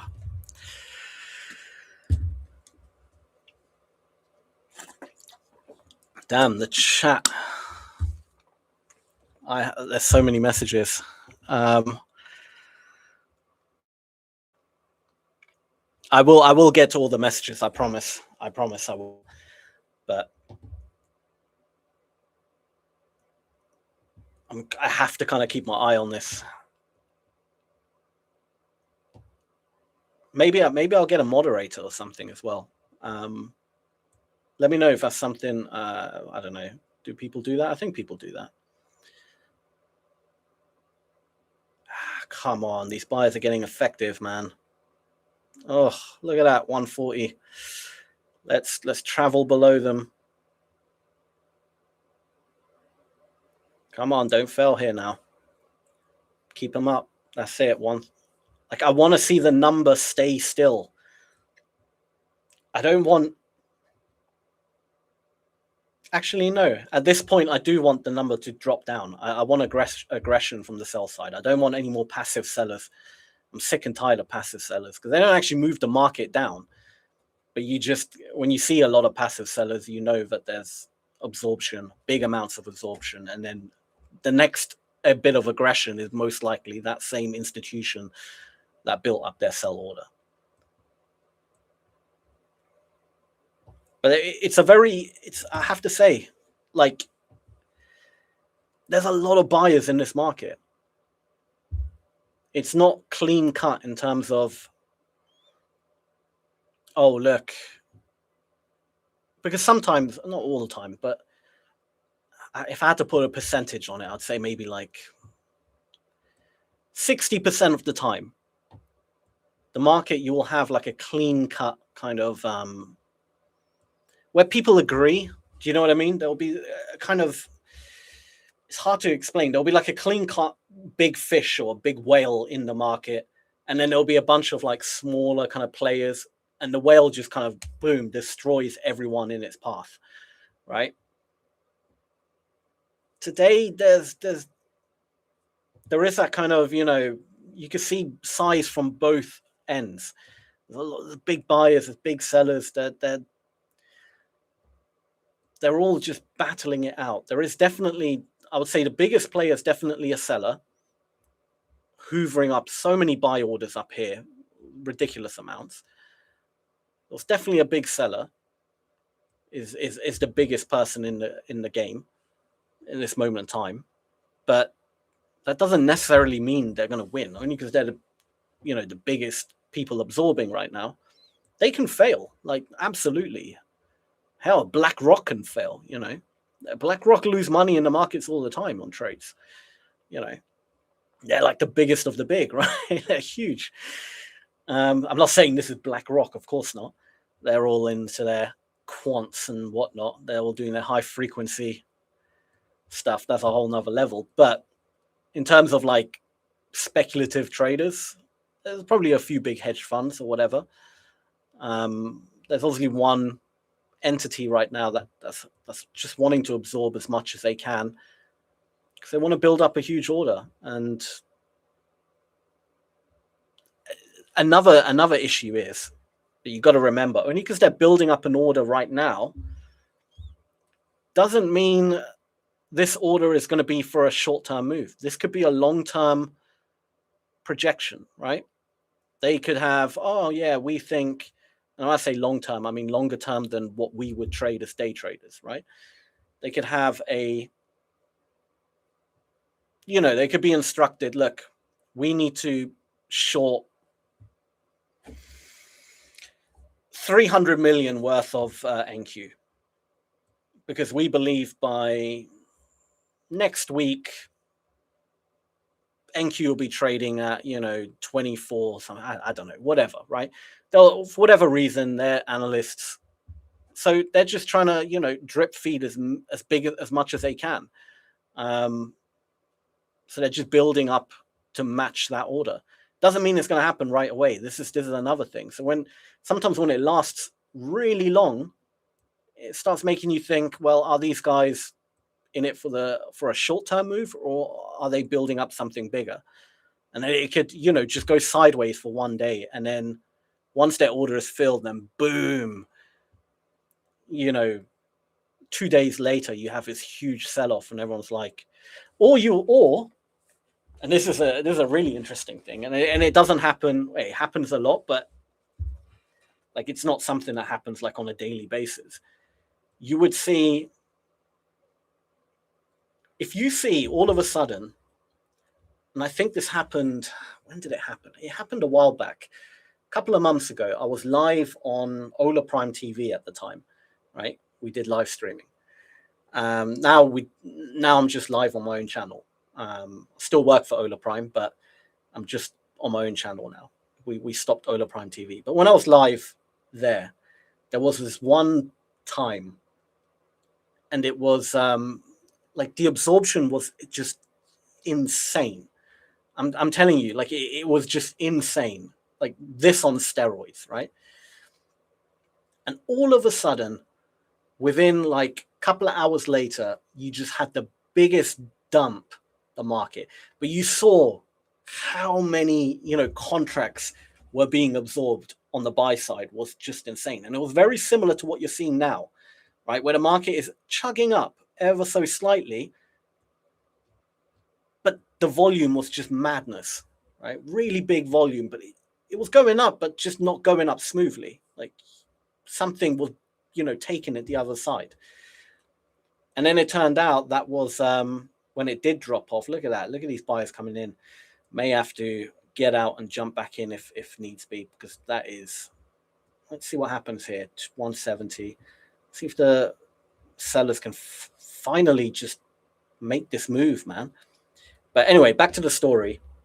That was then Trump tweeted something like a few hours later. I can't remember. It was a tariff related thing, and the market dumped. So essentially what you saw though was someone who knew that Trump was about to tweet, like in a few hours, about the tariffs. And they obviously had insider, it was the easiest bet for them ever, They just needed to buy as much as they can. Sell as much as they can. So there had to be loads of buyers in the market. So the market just drifted up and they were just absorbing it. Every few price levels, they were dropping another, 100, 150 contracts, whatever, just to build up this massive order. And then Trump tweeted, and because it was so out of when you time it as well, when you realize, you know, something's not right, because it was so big, the absorption, you can almost guarantee it was insider trading. Now, I don't know who did it. Obviously, I have no idea, right? But someone close enough who knew they made a lot of money that day.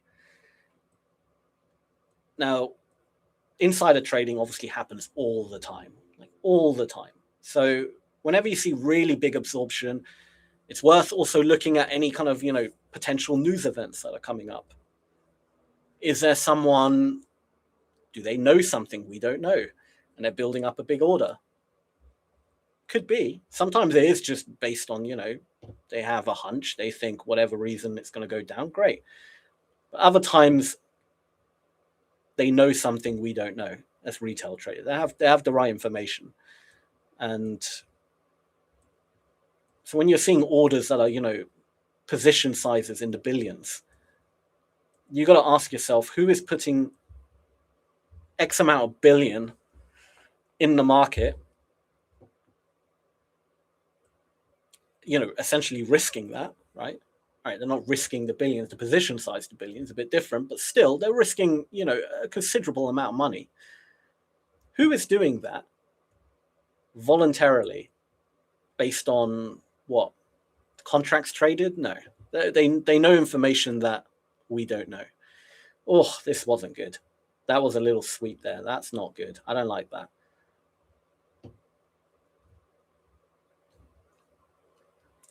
Come on now. This is starting to get very, very slow.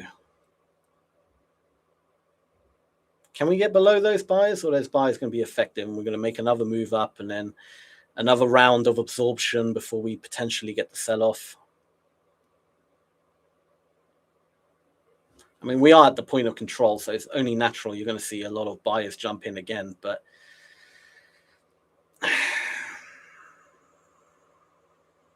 it's just not happening yet, man. Look at that. Sellers coming in, 115. They're getting absorbed. Oh my God, sellers got absorbed heavily there. Now buyers again, 100, and they're getting absorbed. This battle is just ongoing. It's buyers and sellers. There's two big entities here. They're fighting each other. And no one is winning at this moment in time. It's absolute. It's just insanity. All right. I think I'm going to get out of this trade maybe.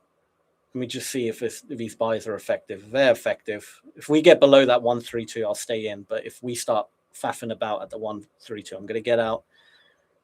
And I guess be patient. Wait for another entry, if there is. Can we get below the 132? Get below it. Come on. A few more ticks. A few more points. Get below. Like, get properly below it, not just like, don't one tick it. Get properly below it. Look at those buyers trying to defend it.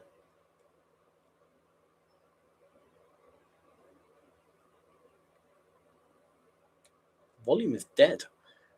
What's going on? Come on. Look at that buyer still trying to defend it. I really need to get below that candle. Properly below it. Like, trade below it with aggression. There's a bit of aggression. Is the aggression effective? Look at that. 100 contracts. We're still not pushing it down, man. Come on. Get below. Really get below. It's not happening, man. Not happening. One more time? One more try? No? Come on, sellers. One more stab at it. I feel like they can do this. They're just giving up to it quick. We're back down to 50. We're at 60. Come on. A little bit more. It's not. Look, and buyers again. They're getting absorbed. This is just choppy as hell. Oh. All right. I think I'm going to exit this market. I'm going to wait for a better entry. It's not ready. We're just ranging up and down. We're not really. Can we get below that 120? Like, properly below it? Can we actually make the move now? Or are these buyers just going to get effective? they're come on. They keep reloading. 35, 30, 36, 27, 41. Not happening. Doesn't want to do it.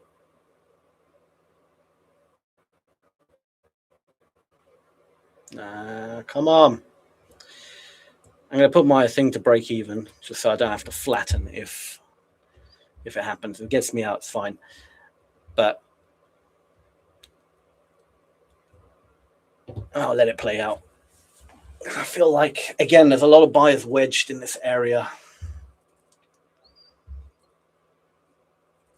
But if the sellers can't come in aggressively right now and get below all those buyers, we're not getting another push down for a while.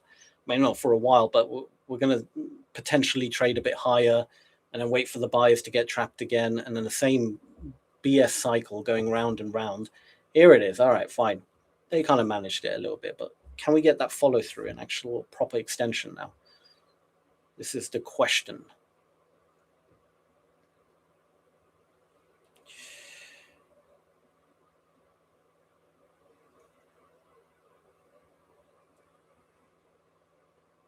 I mean, this has been a very, I know it's been a boring day trading. I mean, look at this. For an open, what an absolute shit show. We haven't actually done anything. We actually look at what we've done. We've done nothing. It's just been a dick measuring contest between a few big institutions. That's essentially all we've had. And they're both being so, well, I say both, it's probably a collective, who knows. But I'm just going to say that it's like two institutions. There's obviously more, but they're both just being, what's the word? Stubborn as hell. No one's just giving up. Do you know what I mean? No one's giving up. Let's see some of the comments. We can look at some comments. Oh man, there's so many. Guys, this is awesome. I honestly can't thank you all enough for tuning in. But again, look, it's to be expected. Beginning of January. There's so many algos in the market. Look at this, 240 coming in. Are they effective at pushing this market up? Somewhat, but not massively. But there is a huge seller in this market, honestly. The amount of absorption on this move up, it's going to dump at some point. But I'm starting to lose faith. I feel like it's a longer term position. Whoever this seller is, they're building up something longer term rather than like an immediate kind of quick trade. Because this whole move up, they just absorbed every buyer. They're just hoovering up as many buy contracts as they can for their giant sell position. It's just not happening. And we got sell aggression coming in, but I don't think it's from that seller yet. Because when it does happen, like let me see if I can kind of paint the picture of how it should look like, right? So you know what to look out for. I really don't want to get off the footprint though. Okay, no, I can do it through here. That's fine. All right. So you see like this 129, 132. Just imagine those numbers are a bit bigger, right? Let me just see what's happening here. I could get out break even here. Let's see if the sellers can finally... They're still absorbing these buyers. They're still building up a position. It's insane. They're not letting go. But imagine, these numbers were a bit bigger and it kind of just stops moving. And then we start trading below them. If you start seeing now like heavy sellers come in, that's the institution now adding aggression to try get that market down, right? And when they do that, because they're essentially manipulating the price in their favor, right? By adding aggression, because aggression moves the market. All right, we're out break even, no big deal. Now, when the market drifts back up into those heavy sellers, they're going to start defending their position, right? So it's kind of like a 3-step move you have to imagine. Okay, so you have the first step is, now I'm going to talk in terms of, if you were to short the market compared to, but it happens on either side of the market. It's the same thing, right? So it's a 3-step move. First, you want to see buy aggression, like come into the market with no follow through, zero follow through, just doesn't go anywhere, right? That's number one. Number two, you want to then see the price trade below those heavy buyers, right? And sell aggression come in, so bigger numbers now on the sell side. And you want to see those sellers be somewhat effective. And then number three, if we do go drift back up, like a little retracement, pullback, whatever, you want to see those sellers defend their position and start adding more orders and really, absorb those buyers. That's kind of like the 3-step move. So what you end up seeing is basically no different to what you see in a trend, right? You see a spike up, kind of quick, exactly what you see here in the candlesticks, but it didn't actually happen here in the candlesticks, right? But you see this kind of, spike up, bunch of buyers at the top, aggression comes in as we trade below them, a little bit of a pullback back into those sellers, then defend, and then the market floods down. So it's a 3-step move essentially. And it looks like a normal kind of, trend pattern, right? The beginning of a trend pattern. But then when you couple that with the volume, then it all makes sense. But we're just not seeing it happen right now. Just not happening. Like the market just doesn't want to.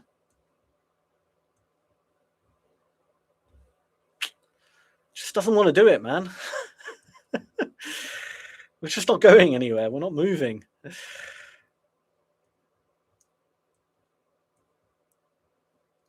But I feel like it can happen today, though. It can happen. I'm going to stay on a bit more because I do want to catch this move. And I feel, if we get off, we're going to miss this move. And that's the worst, missing it. No one wants to miss it. I can actually make these clusters a bit smaller because we're not. Trade with macro. Hey, Eamon's here. A good old buddy of mine, Eamon. Trade with macros. Just spotted you there. How are you doing, Eamon? We used to trade together back in the days. Ola Prime TV. Trade with macros. Awesome stuff, man. Hope you're doing well with the messages.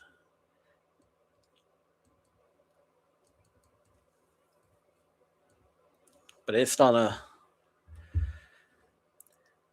it's a buyer trap. Yeah, it's definitely a big buy trap, what we're seeing. Big buy trap. Yeah, you can see like exactly what trade Audi 3 said.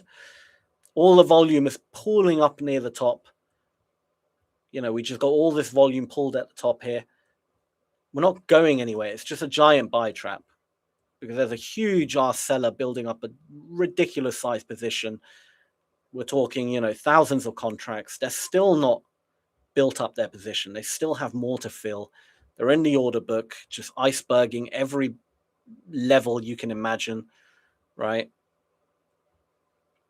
Somewhere in the order book, they probably got orders here, they got orders here, they got orders here, they got orders here, they got, just up the ladder basically. And they're just taking the opposite side of all these trades, pulling it up. And once their position's ready and filled, they'll enter aggressively and drop this market. But it could be a long-term one. This is the thing. I mean, the size of this order already. This could be a long-term move for them. If it is a long-term move, then at least you have a bias for the next day or two, You have a bias then for the next couple of days. It's happening again. Let's see. This could be potentially another.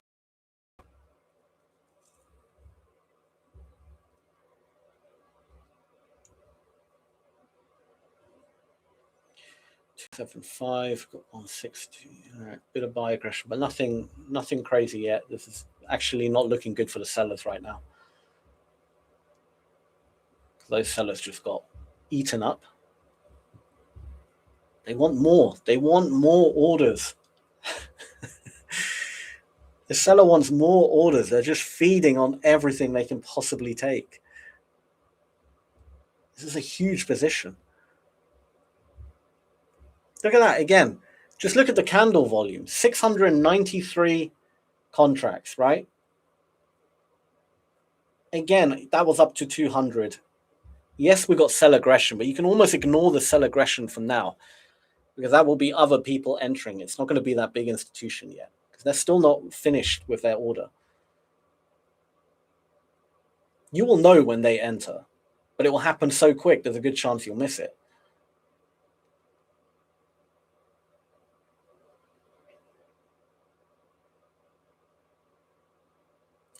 I think this might pop up a little bit. I think we might get another little pop-up with huge volume and then a sharp V-shaped reversal. That could be potentially another thing to expect. This kind of, quick pop-up to the, because when you break like the high of day or whatever, you get all these breakout traders, and that can essentially feeds, if you're looking to, enter passively, let's say 1,000 contracts, you got the liquidity at the top there. Because let's see on the order book. Well, you're not going to see the breakout traders on the order book. You only, because they're stop orders. You're not going to see them. But what we do want to see is if we just pop up, if we get like a little pop up and there's a shit ton of volume comes in, that's step number one. They're not really fighting it. There's the pop. All right. There's the shit ton. Well, it's not a shit ton of volume. It's not a huge amount, but it was a considerable amount. You get the absorption coming in.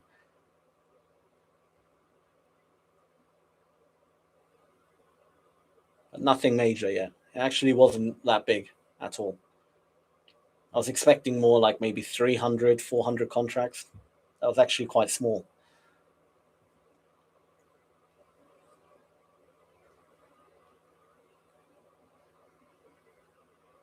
No, it's not it. No. It's not it yet. Come on. I'm good, man. Happy to see you dropping gems. Footprint master for real. Yeah, that's good to hear, Eamon. How's the market been with you the last? I mean, this market's been, January so far has been shit. I mean, what the hell? This has been the choppiest market of the year, technically. And it's only been 2 days, but technically you could say that. Choppiest day of the year.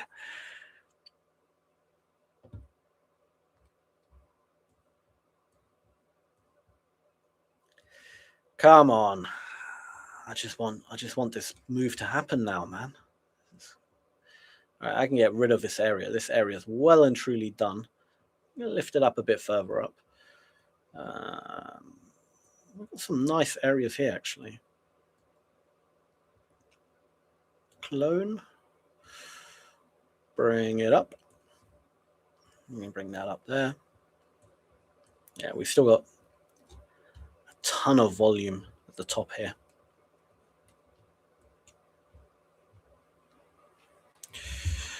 Man, this has been a long stream and we haven't actually done anything.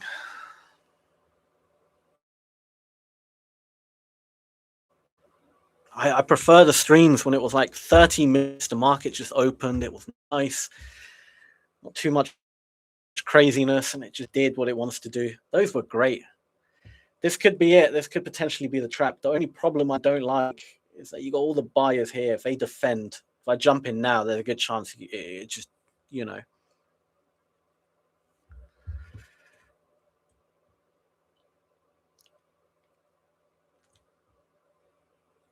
Yeah, see, they're trying to defend these buyers. I'm not falling for it yet. It wants me to chase it, but I don't want to chase it yet. I hate chasing markets, man. Absolutely despise chasing markets.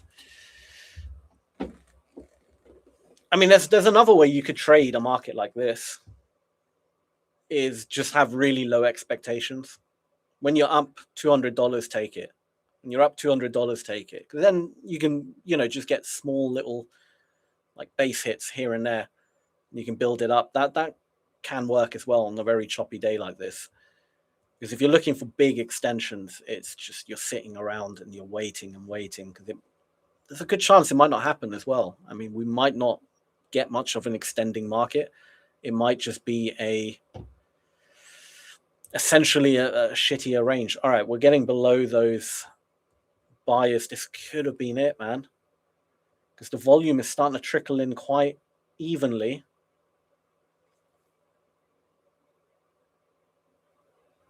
I want to wait for the next confirmation. I want to see a pull up again and a rejection into where all those sellers were, and then I can jump in short, I think. I don't want to chase it yet.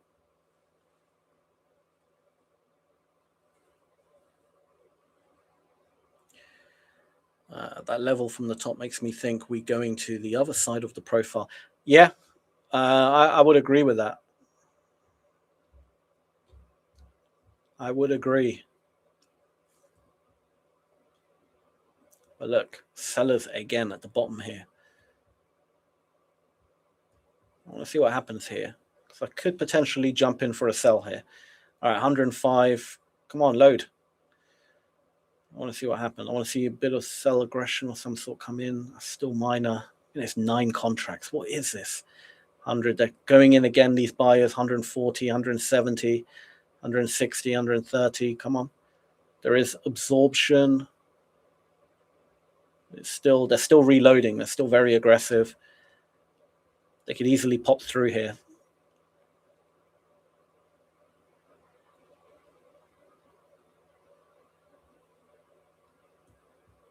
Oh, wow, look at that. Okay, this is interesting now.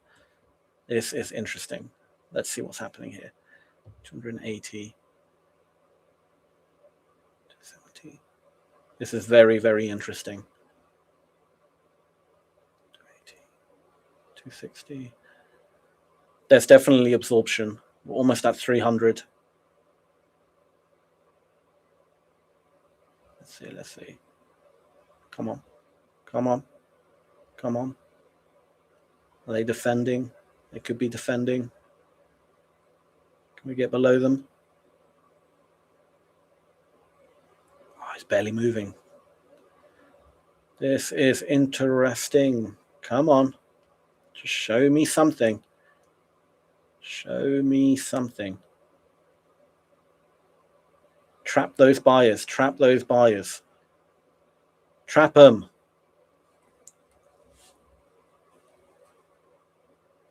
Come on. Trap these freaking buyers already. Because then I can have a stop literally just above here. But we still haven't trapped it. I'm going to make this a little bit bigger. Not bigger, sorry. Other way around. Well, it's already at 16. Okay, that's fine. All right, we'll potentially trap those buyers. I just want to see. All right, I'm going to jump in. I'm going to have a stop at the top here. If this is not the move and it doesn't happen, I'm calling it a day, because I think we're just gonna range, and we're not going anywhere. Do you know what I mean? It's going to be just a day where we don't actually go anywhere, and it will just be unfortunately just a shit day. Like, the market's just not moving. It doesn't want to do what it wants to do. You can't force it to move. If it doesn't want to move, it doesn't want to move. All right. So essentially, because look, if we trade above those buyers and they start becoming effective, But I want to see now, finally, these buyers get trapped. They're trapped because they're near the top, but they haven't yet exited the market. You're not seeing any kind of, massive sell come in to kind of push this market down. We're not seeing that aggression come in. So I'm still waiting for that to happen. They're still very much in this market, these damn buyers. They're refusing to get out. I need them to get out of the market. If they don't get out the market, they could actually keep this market not rising, but well, I mean, they could rise if they come in aggressively again, but they could keep it stuck basically in this little area if it doesn't happen.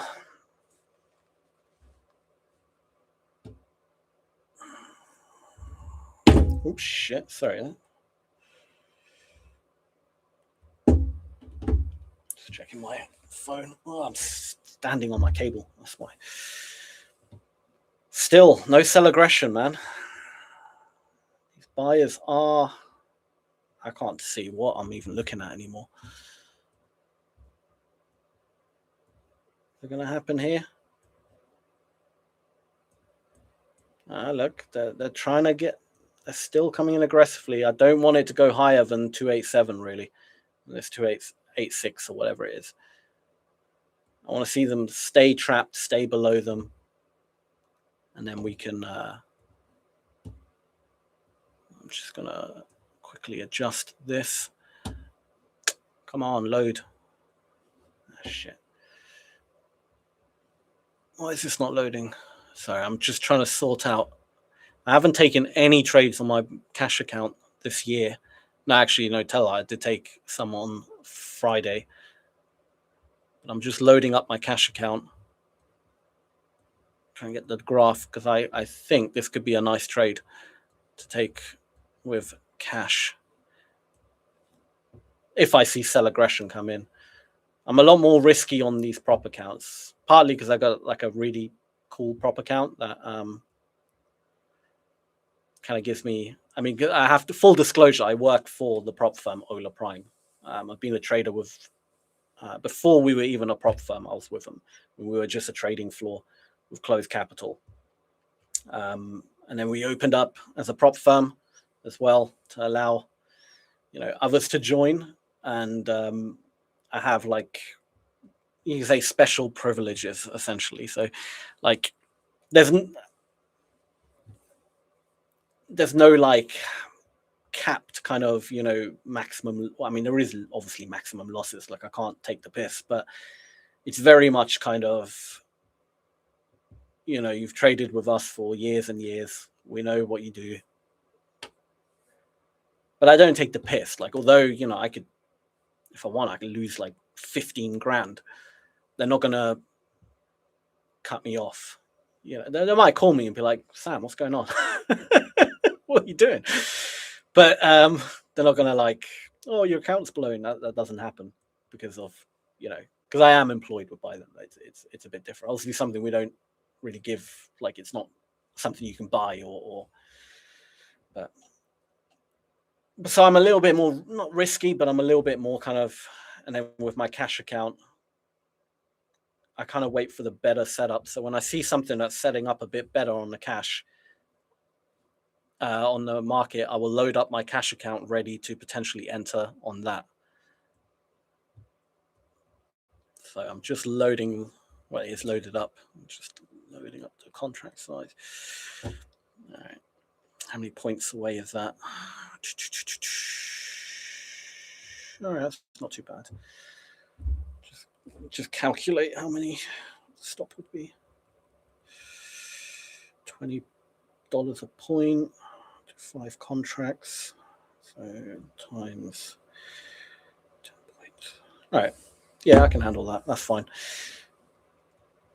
Only if a sell aggression comes in. If sell aggression doesn't come in, then there is no trade here. There is no trade. Nah. Buy aggression comes in again. I do still think that if the sell aggression does come in, it can still happen. We're not really above those buyers. We're just kind of...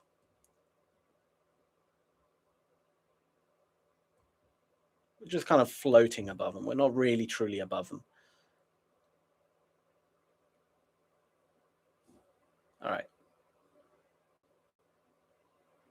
60, 55. 1 second. 64, 75, 72. Come on, show me that. Show me. I might get in on my cash here, potentially.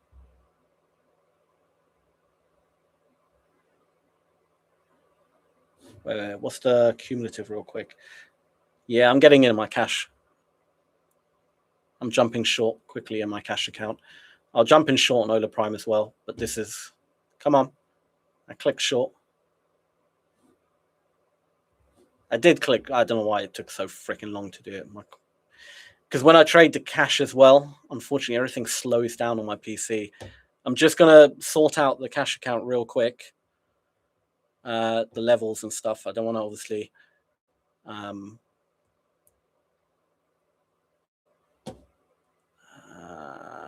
so my stop's got to be up there. That's fine. Just bear with me 2 seconds, guys. I am... Let's put it there. Do that. I think this might be all right. All right, that works. What price range is that? Where is it? 695. 69450. Yeah, that works. I think there's going to be a little bit of a dump here. Just a little one. Nothing too major, but a little dump. I think I could at least back to that kind of point of control area. Let me just update it real quick. Come on. Update it on here. Have I set a stop here? I haven't. Okay, shit. Let me set a stop. We're barely moving. We're only moving a few points. It's looking... It's just like the calm before the storm. I can almost see it happening. The calm before the storm. I just want to double check everything's fine on my cash here, because I'm going to obviously put more emphasis on my cash account than anything else, because I am a lot... There we go. 5 contracts deep. I want to see 5 contracts. Let's put the stop. I've already got the stop there. Yeah, I'll be happy with that. All right. In fact, I don't even need to target that. That's absolutely fine. I can do it there. Beautiful. All right. Cash is sorted. Let's figure out the Ola Prime. I'm just going to move this screen over here so I can see it and still see the chat.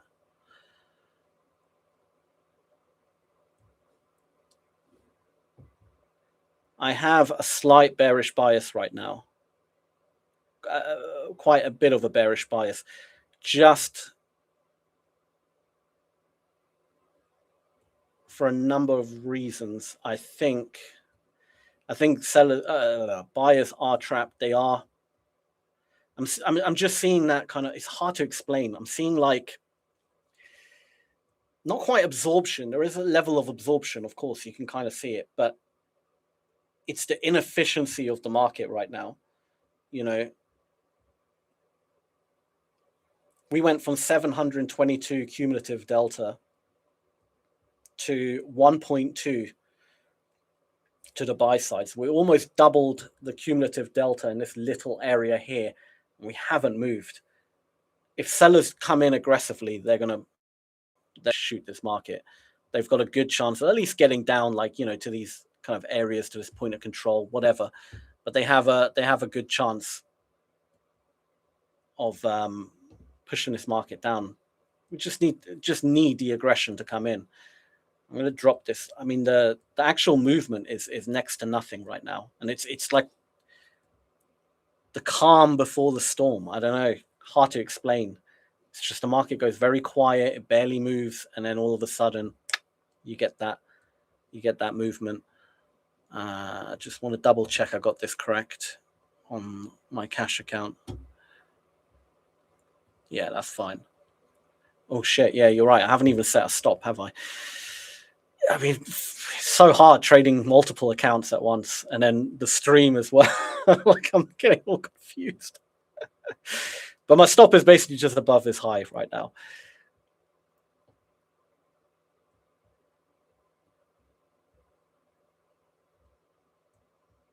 I just need sellers to come in. Just need sellers to come in. Come on, sellers. Where are you? Oh, sellers. Where are you? All right, I've updated that.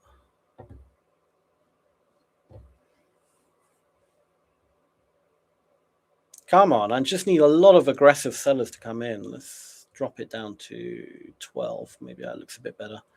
That's a bit easier to read. My God, this market is boring as hell.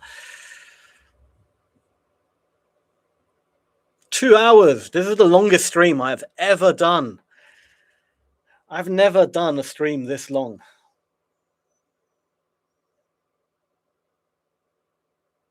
Just move.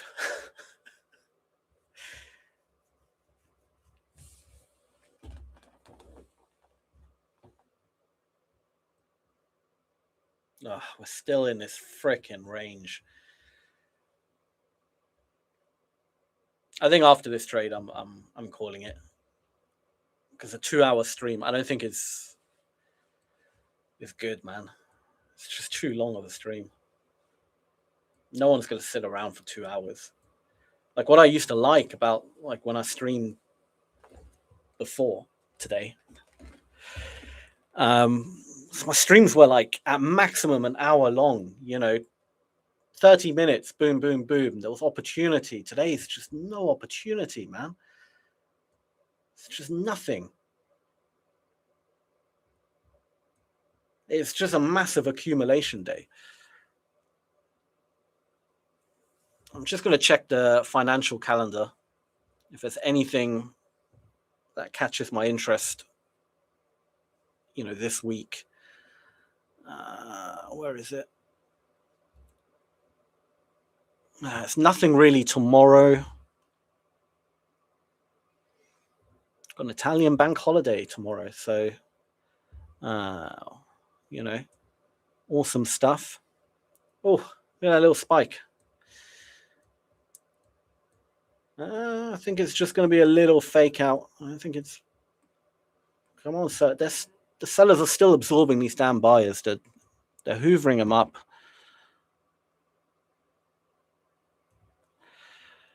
Oh yeah.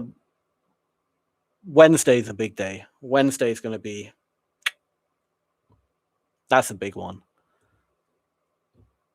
Yeah, Wednesday, non-farm. Oh. And we've got ISM as well. Yeah, Wednesday seems to be the day. We just have no news really today. Nothing major. Unemployment claims coming out again Thursday. That's big. And then obviously non-farm on Friday as well. We got a massive news week, actually. Huge news week. This is it, Trey Dory. Super choppy, right? And then as soon as you get off stream, and it always like that, right? The moment you decide, okay, I'm done for today, it's just, it's too boring. Then all of a sudden it wakes up, man. The amount of times, it's like it knows. It knows. Yeah, it's just typical for the market. Is Olaprom available in Turkey? I believe we are available in Turkey, yes.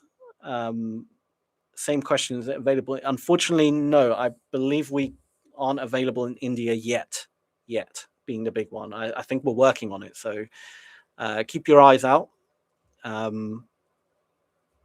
Again, regulatory stuff, it is what it is.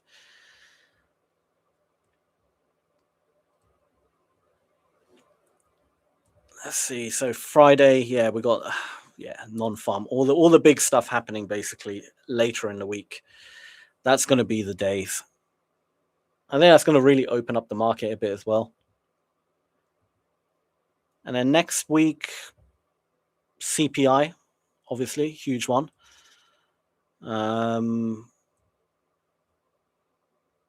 Yeah, next week is not too bad. I mean, you got CPI. That's the big one for next week.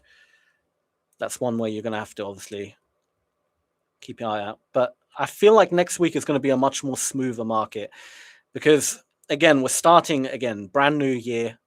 Naturally, all these freaking algos, everyone is, hedging for Q1 and all this shit. All these institutions that are throwing money about. All that crap happens at the beginning of the year. Or even the beginning of most quarters, always the same shit happens. You get these choppy days. Then news comes out, some big news, non-farm, CPI, all that crap has to come out. And then they finally, the analysts sit down and like, all right, we think this is going to happen. And they sit around and they just, do their thing. And then the market opens up and it's finally got direction. But you're just going to have days like this, man, until it's ultimately fundamentally driven, isn't it? I mean, when there's no fundamentals there, you just get a shit show of a market, man. And if it doesn't go, it doesn't go. If it doesn't move, it doesn't move. There's nothing you can do, That's the sad part of it. But all right, we had some sell aggression come in finally, but look, they're just trapped at the bottom. They weren't able to push it down. I think we're still very much in this range. We're just going to range up and down for ages.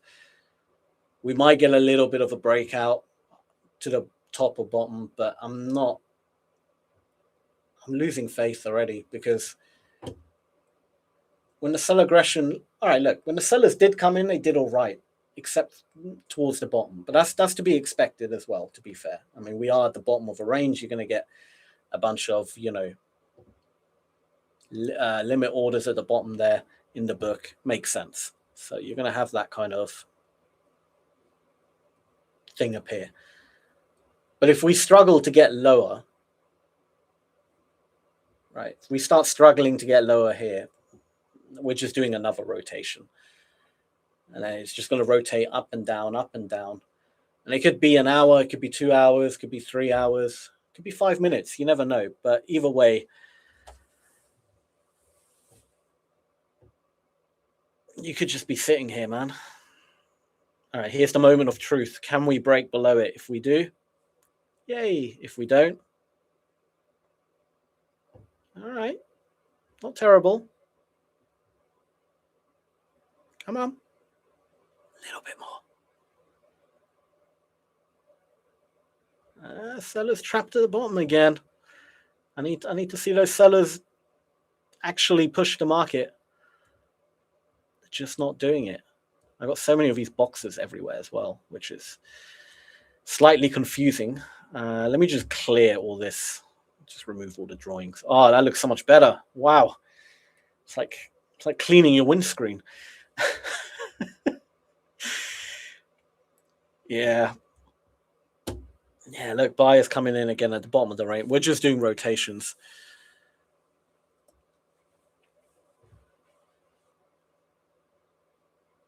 Rotating up, down, up, down. Doesn't want to do it today. All right. I'm going to set on my cash account. I can hold it for one more rotation, I think. That's fine. Actually, I'm going to get out and get higher up in the rotation. All right, I'm out on my cash because I think we're just rotating up and down in a range. I might as well get back in at a better price at the bottom of the range. I'm going to hold it on the Ola Prime account. I'm not really too fussed about this account. But yeah, we're playing Tetris like sign over Cosine. Dennis says, how long did you trade? Like, how long have I traded in like my career? I started when I was 19. Not quite, actually. That's a bit of a lie. I started working for a trading company when I was 19 in the city of London. But I started out in the marketing department. I'm 34 now, so 15 years basically ago. I started out in the marketing department of that company. So I didn't start out as a trader, but naturally I got very kind of into, you know, trading. I was very intrigued by it. Met traders, you know, they were all driving Bentleys and living a great life, and that kind of sparked my interest. You know, I was just in the marketing department, and yeah, they kind of trained me up. Then I you know, told them, look, I really want to get into trading as well. I want to learn the business, blah blah blah blah. So I kind of studied with them while still doing my job, learned so much, you know, wealth of knowledge, saw how, you know, the institutional traders trade, learned from there. And then when that position ended, I kind of, you know, did it on my own for a bit. And then I was kind of like, because we got to a point where people used to hire traders, but today traders aren't really hired anymore. Like if you go to a big bank and say, "Oh, I'm a trader. Can you hire me?" They'll say, "No, we're not hiring." They're all hiring quants now, you know, quantitative. Like if you want to be a trader in like these big institutions, you need a mathematics degree. You need to know how to code. That's what they want. They don't want us anymore. Like we're useless to them. Hedge funds and certain other funds and like other institutions, yes, they may still hire you, but you still need that kind of coding knowledge and know how to handle algorithms and all that sort of stuff. That's all like, you know, what the market is. So there was kind of like a dry period, you know. I kind of got in at the wrong time of, I guess, in the institutional world. And I don't know what, like, all my ex-colleagues, are they still traders? I don't know. Like, did they find positions in other firms? Maybe. I have no idea. I don't really keep up to date with them. It's a long time ago. But yeah, so I kind of traded on myself, and obviously I learned a lot. But it's different when you trade completely by yourself compared to in like a institutional environment. Like we had risk managers. So there will be days like this where the market's shit. It's just shit. Do you know what I mean?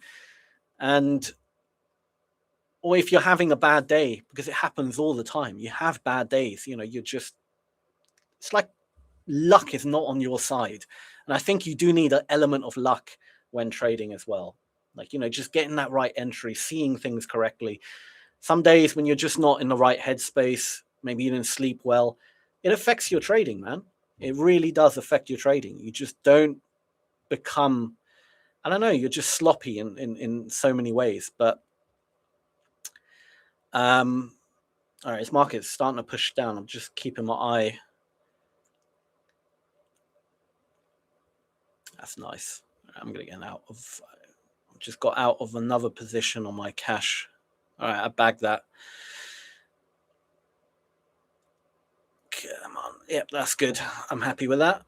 Anyway, as I was saying, I think, like, real quick, sellers are pulled at the bottom. I think we just potentially got another rotation. I'm going to hold it for a bit because I'm up in my cash now. I've made my money today from my cash account, so I'm quite happy with that. But anyway, as I was saying, like, I don't know, like, you don't have that risk manager. Like, we had risk managers who would literally tell you, cut today, no more, you're done. And that was it, you know. And you kind of had that person, you know, help you out and whatnot. But yeah, so that's where I started. And then I got in with Ola Prime before Ola Prime was Ola Prime. They were a trading floor. I got a job as a trader, and worked again on the institutional level. And then we opened up Ola Prime as a prop firm, and I've continued. I've then got promoted from not just a trader, but now I run the UK operations. So I have multiple different jobs, which reminds me there is some stuff I need to do for interviews. So if you go on like olaprime.com, you'll see my face. I do a lot of video stuff for them, whatever. But yeah, and that's pretty much it. And now I'm here. So I would say, like, realistically speaking, I'll say like 13 years I've been actively trading, and you know, I've seen everything in this market, and when you're tired and you're just fed up of the day, it's best just to walk away. Like today is just a fed up day. So I think I'm going to cut the stream here. I don't think there's much really happening today. We're just rotating up and down. There might be a little bit more of a push down potentially, but I'm gonna keep the. I'll probably say the point of control is probably the best place to target. But yeah, that's pretty much it. I think I'm going to cut it. It's already 2 hours, 15 minutes, the longest stream I've ever done. I do apologize to the viewers. I know everyone's eager to get like a really good trading day, but looking at the financial news, what's coming up, what's scheduled, I don't think we're going to have anything until at least after, Wednesday. We've got a bit of news coming out there. And then Friday's a big one, obviously, non-farm NFP. And that's going to open up the markets a bit more. And we're going to have that data, and then the institutions are going to have more of a collective agreement of whether this market's going up and down. But today has been just absolute shit show of, it's just been absolutely nothing. We haven't really moved anywhere. Buyers and sellers are just locking horns. It doesn't look like we're going to really get much of an extension. It's already quite late. People are going on lunch. Dead day, dead market. What can you do? But thank you all for tuning in. I need a coffee, and I got a meeting, annoyingly, I have to do. So fun stuff. I'm going to be back on. But I'm back on tomorrow. Hopefully the market opens up a bit more and is a bit more awake tomorrow, because today was just, again, not ready yet. Not ready. But thank you all for tuning in. Do make sure you tune in tomorrow if you have the time. I really do appreciate every single one of you tuning in, talking. Normally my streams are like 30 minutes to an hour. This is a long-ass stream. So thank you all, man. And I'll see you all tomorrow. I promise we'll have a better market at some point, and we're going to make money. We're going to make good money. My Instagram is also there. I post all my results, usually Instagram, week by week. I do all my Instagram stuff. So don't really do it on YouTube, but yeah. All right, guys. Have a great one. Take care, everyone. I'll see you tomorrow. Ciao.